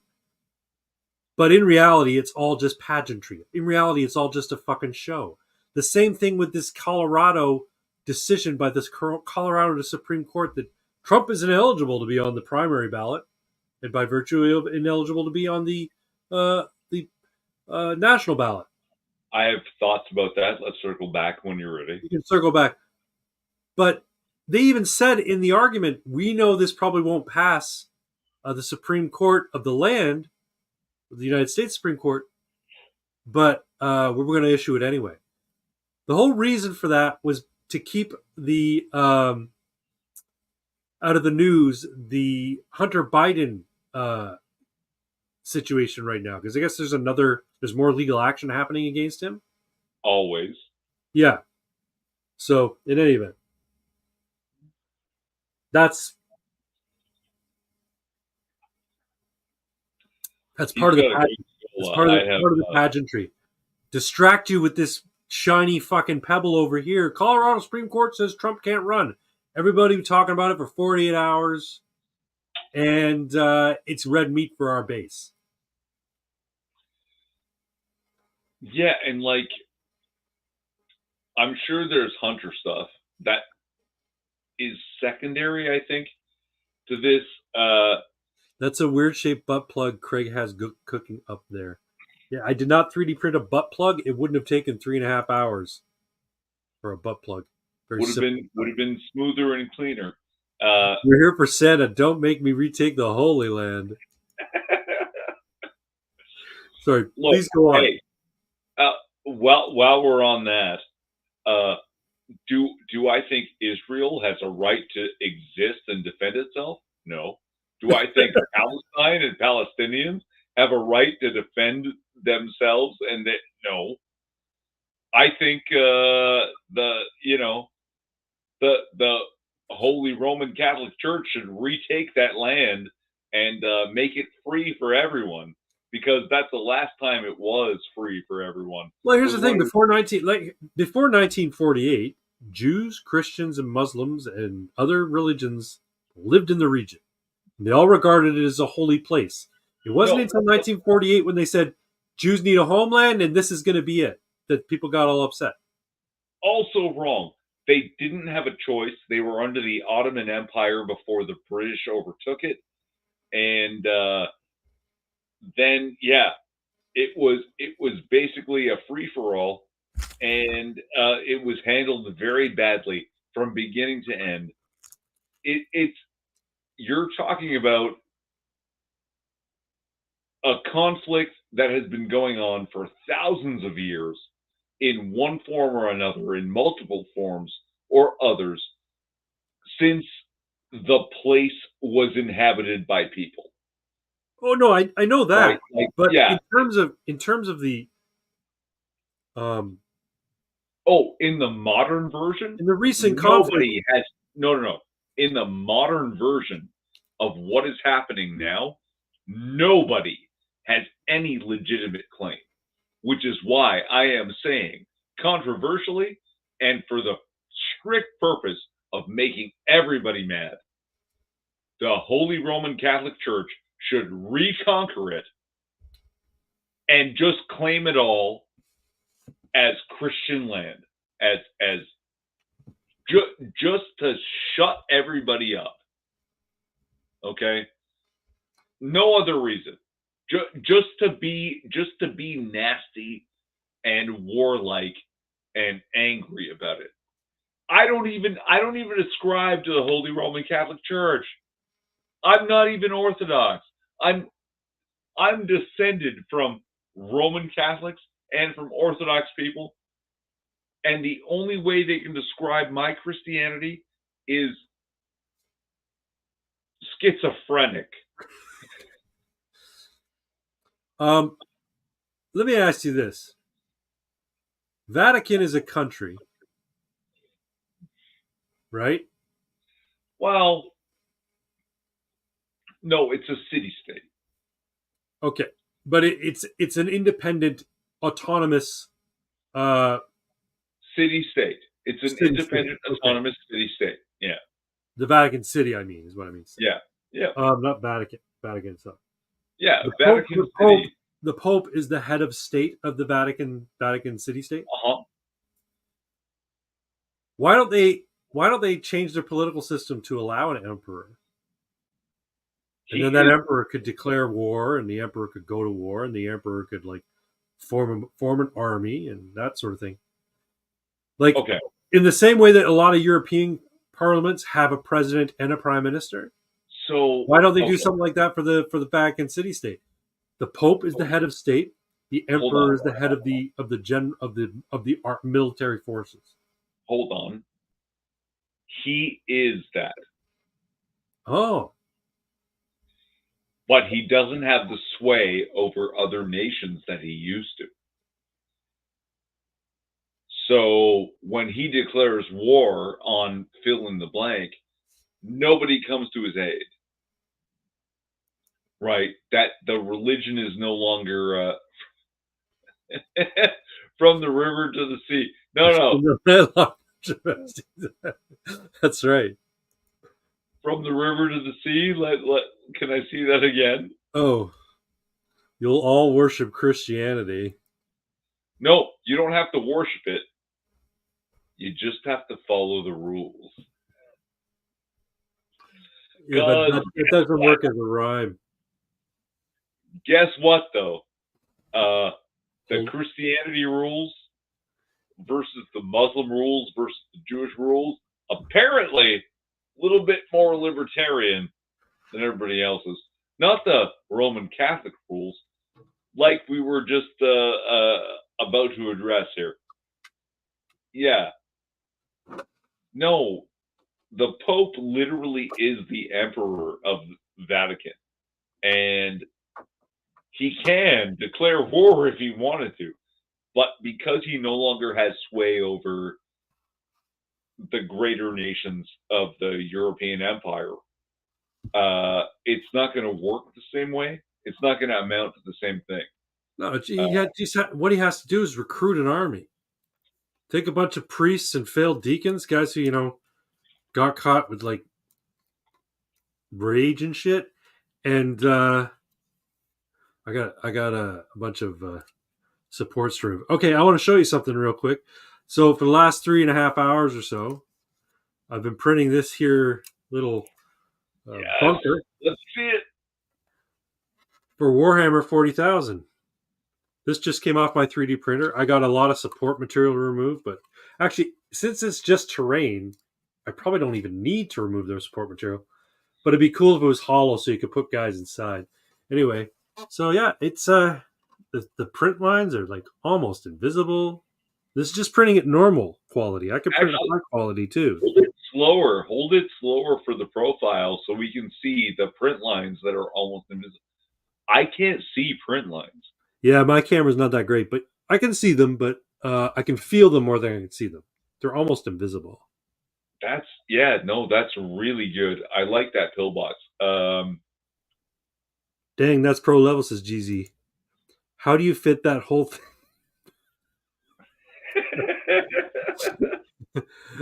Lots of lube, my friend. Lots of lube. And you have to come at it at a certain angle. You got to choose the right corner. And you got to practice. Like you can't do that on your first try. You have to work up to it. That's right. The same You with chats. you do a little pillbox or one of the little like guard stations where they have the little fucking fence that goes up. You do that first. These supports I think are going to be a real pain in the ass to lift out. Anyway, I like it. I think it looks great, and it's pretty good scale for Warhammer 40K. See, there's a 32 millimeter miniature will go there. Imperial. This looks like an Imperial Guard bunker. It doesn't look like Space Marines would be in it. It's a little small for Space Marines, but Imperial Guard, sure. But it's also nondescript enough to be used in any sort of sci-fi setting. True. Where I would be happy to use cardboard and duct tape, maybe the odd, recyclable can, soup cans. Oh yeah, yeah. No, here's the. I love making terrain. When I was doing D&D, we were doing like a lot of it would be theater of the mind, but sometimes we'd be using like a table with a map and terrain and shit like that. And I love both, but I used to make all my stuff myself. I didn't, but now that I have a big 3D printer, my buddy's like, we're just getting into Warhammer. He's like, dude, make some terrain. I'm like, yeah, okay, sure. So I figured I got a little bit of a roll left. I'll print something off, and then I can bring it to him over on New Year's, and you can take a look. And can you program it to be hollow? Yes, but these are supports, right? Because if you printed it hollow, when it got to the top, all the lines on top would droop and the detail will be ruined. Bad. So the supports can come out, and you know what? I gotta figure out how to turn off brim, because if I'm gonna have supports on a structure like this, I don't need a brim around every other piece. I mean, it keeps it from peeling up. A lot of times, as it cools, it'll curl up on a corner, especially if it's a sharp corner. Not so much on this guy though. But even then, if you could carve out the inners and throw it in the back and get your material back, you'd be good. But thoughts on Trump? Yeah. What do you think of the guy? I think he's a pretty good guy. Look. He's had ups and downs. He's done a lot of what he said, which is rare for a politician. He failed on a lot of counts, but that's basically what's the word? Boilerplate for politicians. They always fail. But the fact that he came through on a bunch of things, he deserves another chance. And this whole thing about Colorado, hold on, this might be an Irving's oddity.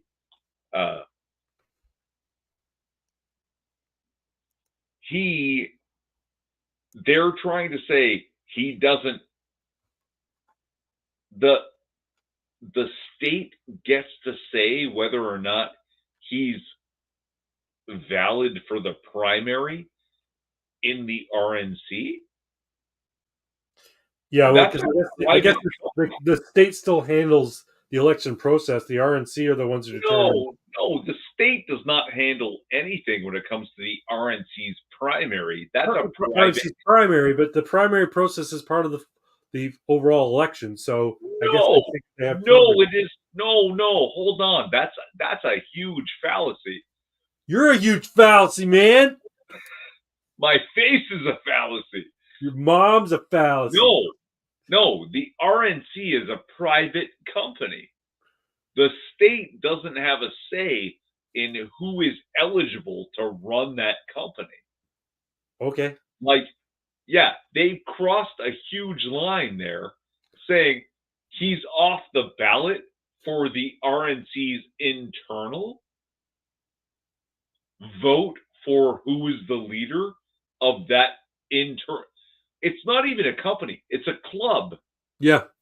It's like, Craig, you and I make a club. We invite Pox and Six and CMAC, Greater Ajax, Costin, Squid, and say, we're going to have a vote on who's running the club. And Ontario is like, whoa. Our courts have decided that Costin is actually not eligible for your internal club front runner. How about go to hell, fuck off. We're having our internal club without you because you're not involved, right? So they crossed that line. And the other thing they're doing is saying that therefore, because we've already crossed that line, he's also not eligible, Trump, for the presidential ballot in our state. Well, hold on. Your state might handle the details and the mechanism of the election, but the election of president is a federal jurisdiction, and you have no fucking say in who is valid, like, on the ballot, because you're a state. Like, what? Everyone's lost the plot. This is so stupid. It's so ridiculous. That's why I'm saying I think it's all just pageantry, man. I don't think it's fucking real. I think it's all just there for like for making money on the news cycles and getting ratings. Yeah, that's all it is. But they made the declaration and then immediately stated and said, we don't think this will pass muster. Yeah, that it will go to the Supreme Court, so we're not going to enforce it until the Supreme Court rules on it, and the Supreme Court will rule against their bullshit. But it doesn't matter because they're crossing those lines for clout. Yep. Like it's all for clout and for show for the libertines, if it feels good, do it crowd, right? And it feels good to them, and they're trying to do it, and like we want it. Therefore, our desire is part of whether or not it's good. Like that's the thing that people don't get. They declared themselves good people. I know so many people that declare themselves good people, and then they inject that bias into their decisions. I am a good person, and I want this. Therefore, I'm deserving of it. I am good, and I want it. It is therefore good to want this. It's kind of gross. What's going on there? What are you doing, man? I'm sorry. I'm pulling out the supports. I'm fucking around with them. Okay. Oh, the accordion. It printed in an accordion form, so I can just go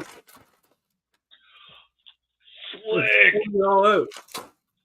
If only you could just throw that back in the 3D printer. What's that? If only you could just throw it back into the printer and get your school back. I agree. That would be great. And like I said, there's ways to do it, but it involves creating your own machinery. There might be some out there that you can buy. I know there's plans online you can find, but I'm waiting for something to come out that's consumer level. You know, that's like, here, this is your plastic recycler. Throw your plastic in here and you're good.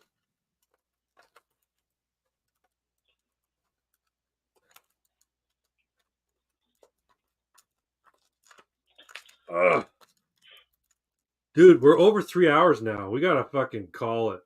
I know, but Trump and yeah, okay. And my dog needs to pee. I gotta take him out. Okay. Thoughts on Trump's situation? He's going to win. Have you been watching Tim Pool? Yeah. He's absolutely right. If a number of states are going to pull him off the ballot, there are going to be states that Trump would never win. But votes for Trump will no longer count in those states. So he'll win the Electoral College by a big margin, and then he'll have 50, 55 million votes, and the opposition will have 70. And they'll be like, oh, look how terrible it is. He won the electoral. What a dinosaur the Electoral College is. Like, like they do every time. I've tried to explain to people the Electoral College, right? Imagine California, New York, what is it, Washington State, and let's say Florida, which is sometimes a swing state. Go Democrat and heavy. Those 4 states win 80% for candidate A, right? Yeah. And the other states go 60-40 candidate B. Yeah. 60-40 is a clear majority, right? Right. And everyone will agree, 60-40 is a clear majority. So when you add up all the votes in those states, 80% for the 4 go candidate A. The others, candidate B, 60-40. You'll see, 52% candidate A, popular vote. 48% candidate B. Oh, well, that's a majority. The popular vote should mean something. Hold on. 46 states voted for candidate B, and 4 states voted candidate A. They talk about the United States of America as one country. That's a fucking joke. What a lie. It's been around 250 years, but it's not one country. No. What a joke to think of it as one country. They call it the United States. It's like calling the EU one country. It's not. It's not one country. EU proponents would like it to be that way, though. Wouldn't they? Stupid assholes. Petty tyrants, all of them. Every one of them. The United States is a federated republic of 50 independent nations. They're states. They're independent states with unique geologies and climates and biomes, like and they people. And they're settled by people from distinct cultural backgrounds. Like Pennsylvania had a number of Amish people. There were a bunch of Quakers in the Midwest, kind of stuff. Like, but it's a lot of it is based on geography, right? Like Minnesota and the Dakotas have Canadian winters, mm-hmm. right? Boston, New York, Jersey get Canadian winters, and yet there's deserts in the middle of this place they call one country. It's not one country. It's 50 tiny little countries that have decided to be a federated republic together.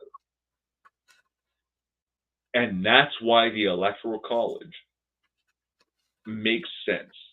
And if you're following Tim Pool and they're talking about Colorado and maybe California pulling Trump off the ballot, and they won't count Trump votes if he gets written in, you'll see 70 million Democrat votes, 50 odd million Trump votes, and he'll win the Electoral College. And he will be right. Right. That's a good presidency. Well, that's the thing. The Democrats believe that the way it should be run is a democracy because they're evil and they know the evil of democracy. And it works for them, so they like it. Republicans, by and large, understand that it's a federated republic, like you said, right? And that's why they're Republicans. Well, sir, I think we've had a great night before Christmas stream. What do you think? I think it's been wonderful. Thanks for having me. And this has been so much fun. Me too. I had a great time. I think it probably has to do with the fact that I got myself a little high with an edible. Look at all this support material. Anyway. Recycle. We have to find a way to recycle it. I know. I'm going to look it up and see if there is one out there that you can just buy and it just fucking turns it into little chunks and you just turn it into filament. Anyway, brother, I will not talk to you probably before Christmas. So if I don't message you, which I probably will tomorrow, or what is it, Monday, then have yourself a Merry Christmas, okay? Merry Christmas, friend. And you poor atheist. I want to say you need Jesus, but you have the law within you and you're already saved. I've said this before to you. Well, that would make me feel good. That even if I don't declare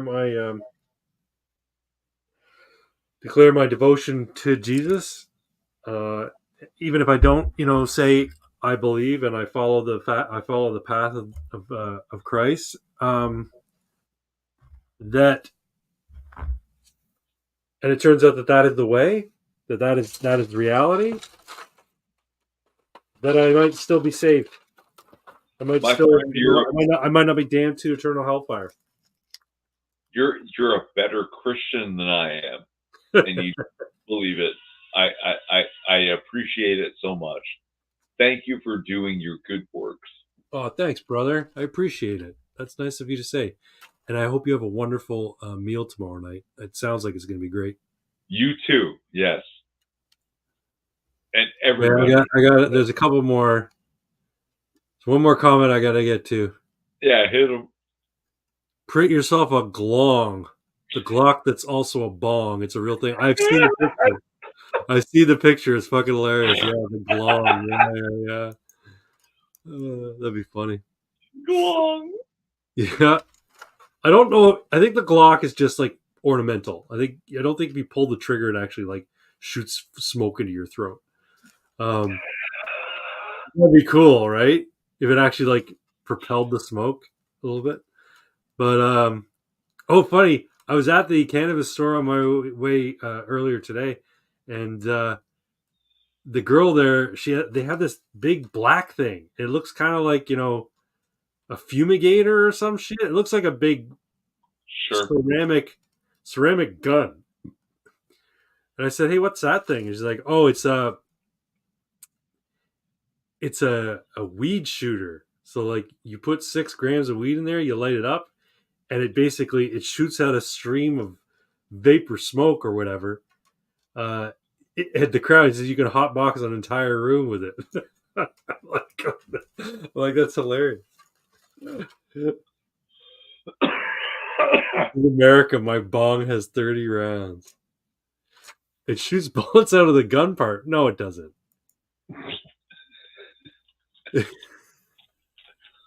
It's a functioning clock with a bong attached to it? That's fucking... Is the bong on the Picatinny? No, straight up, just use a regular gun and smoke weed out of it. It's America, my bong is 30 rounds. Bad news, I have returned. Oh, Cost and dude, we're just signing off for the night, man. It's 3:20.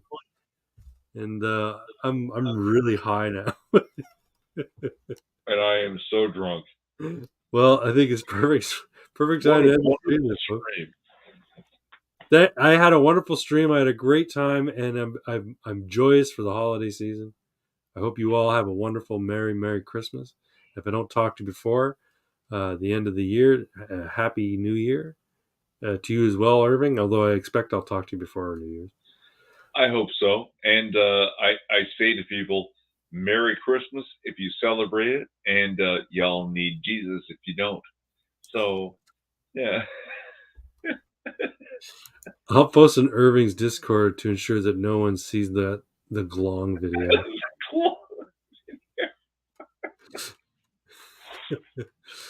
That's funny.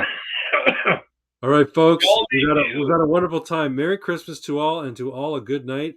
Thank you for joining us here once again in the Ammunation. Irving? Hail Sigmar. Praise Jesus.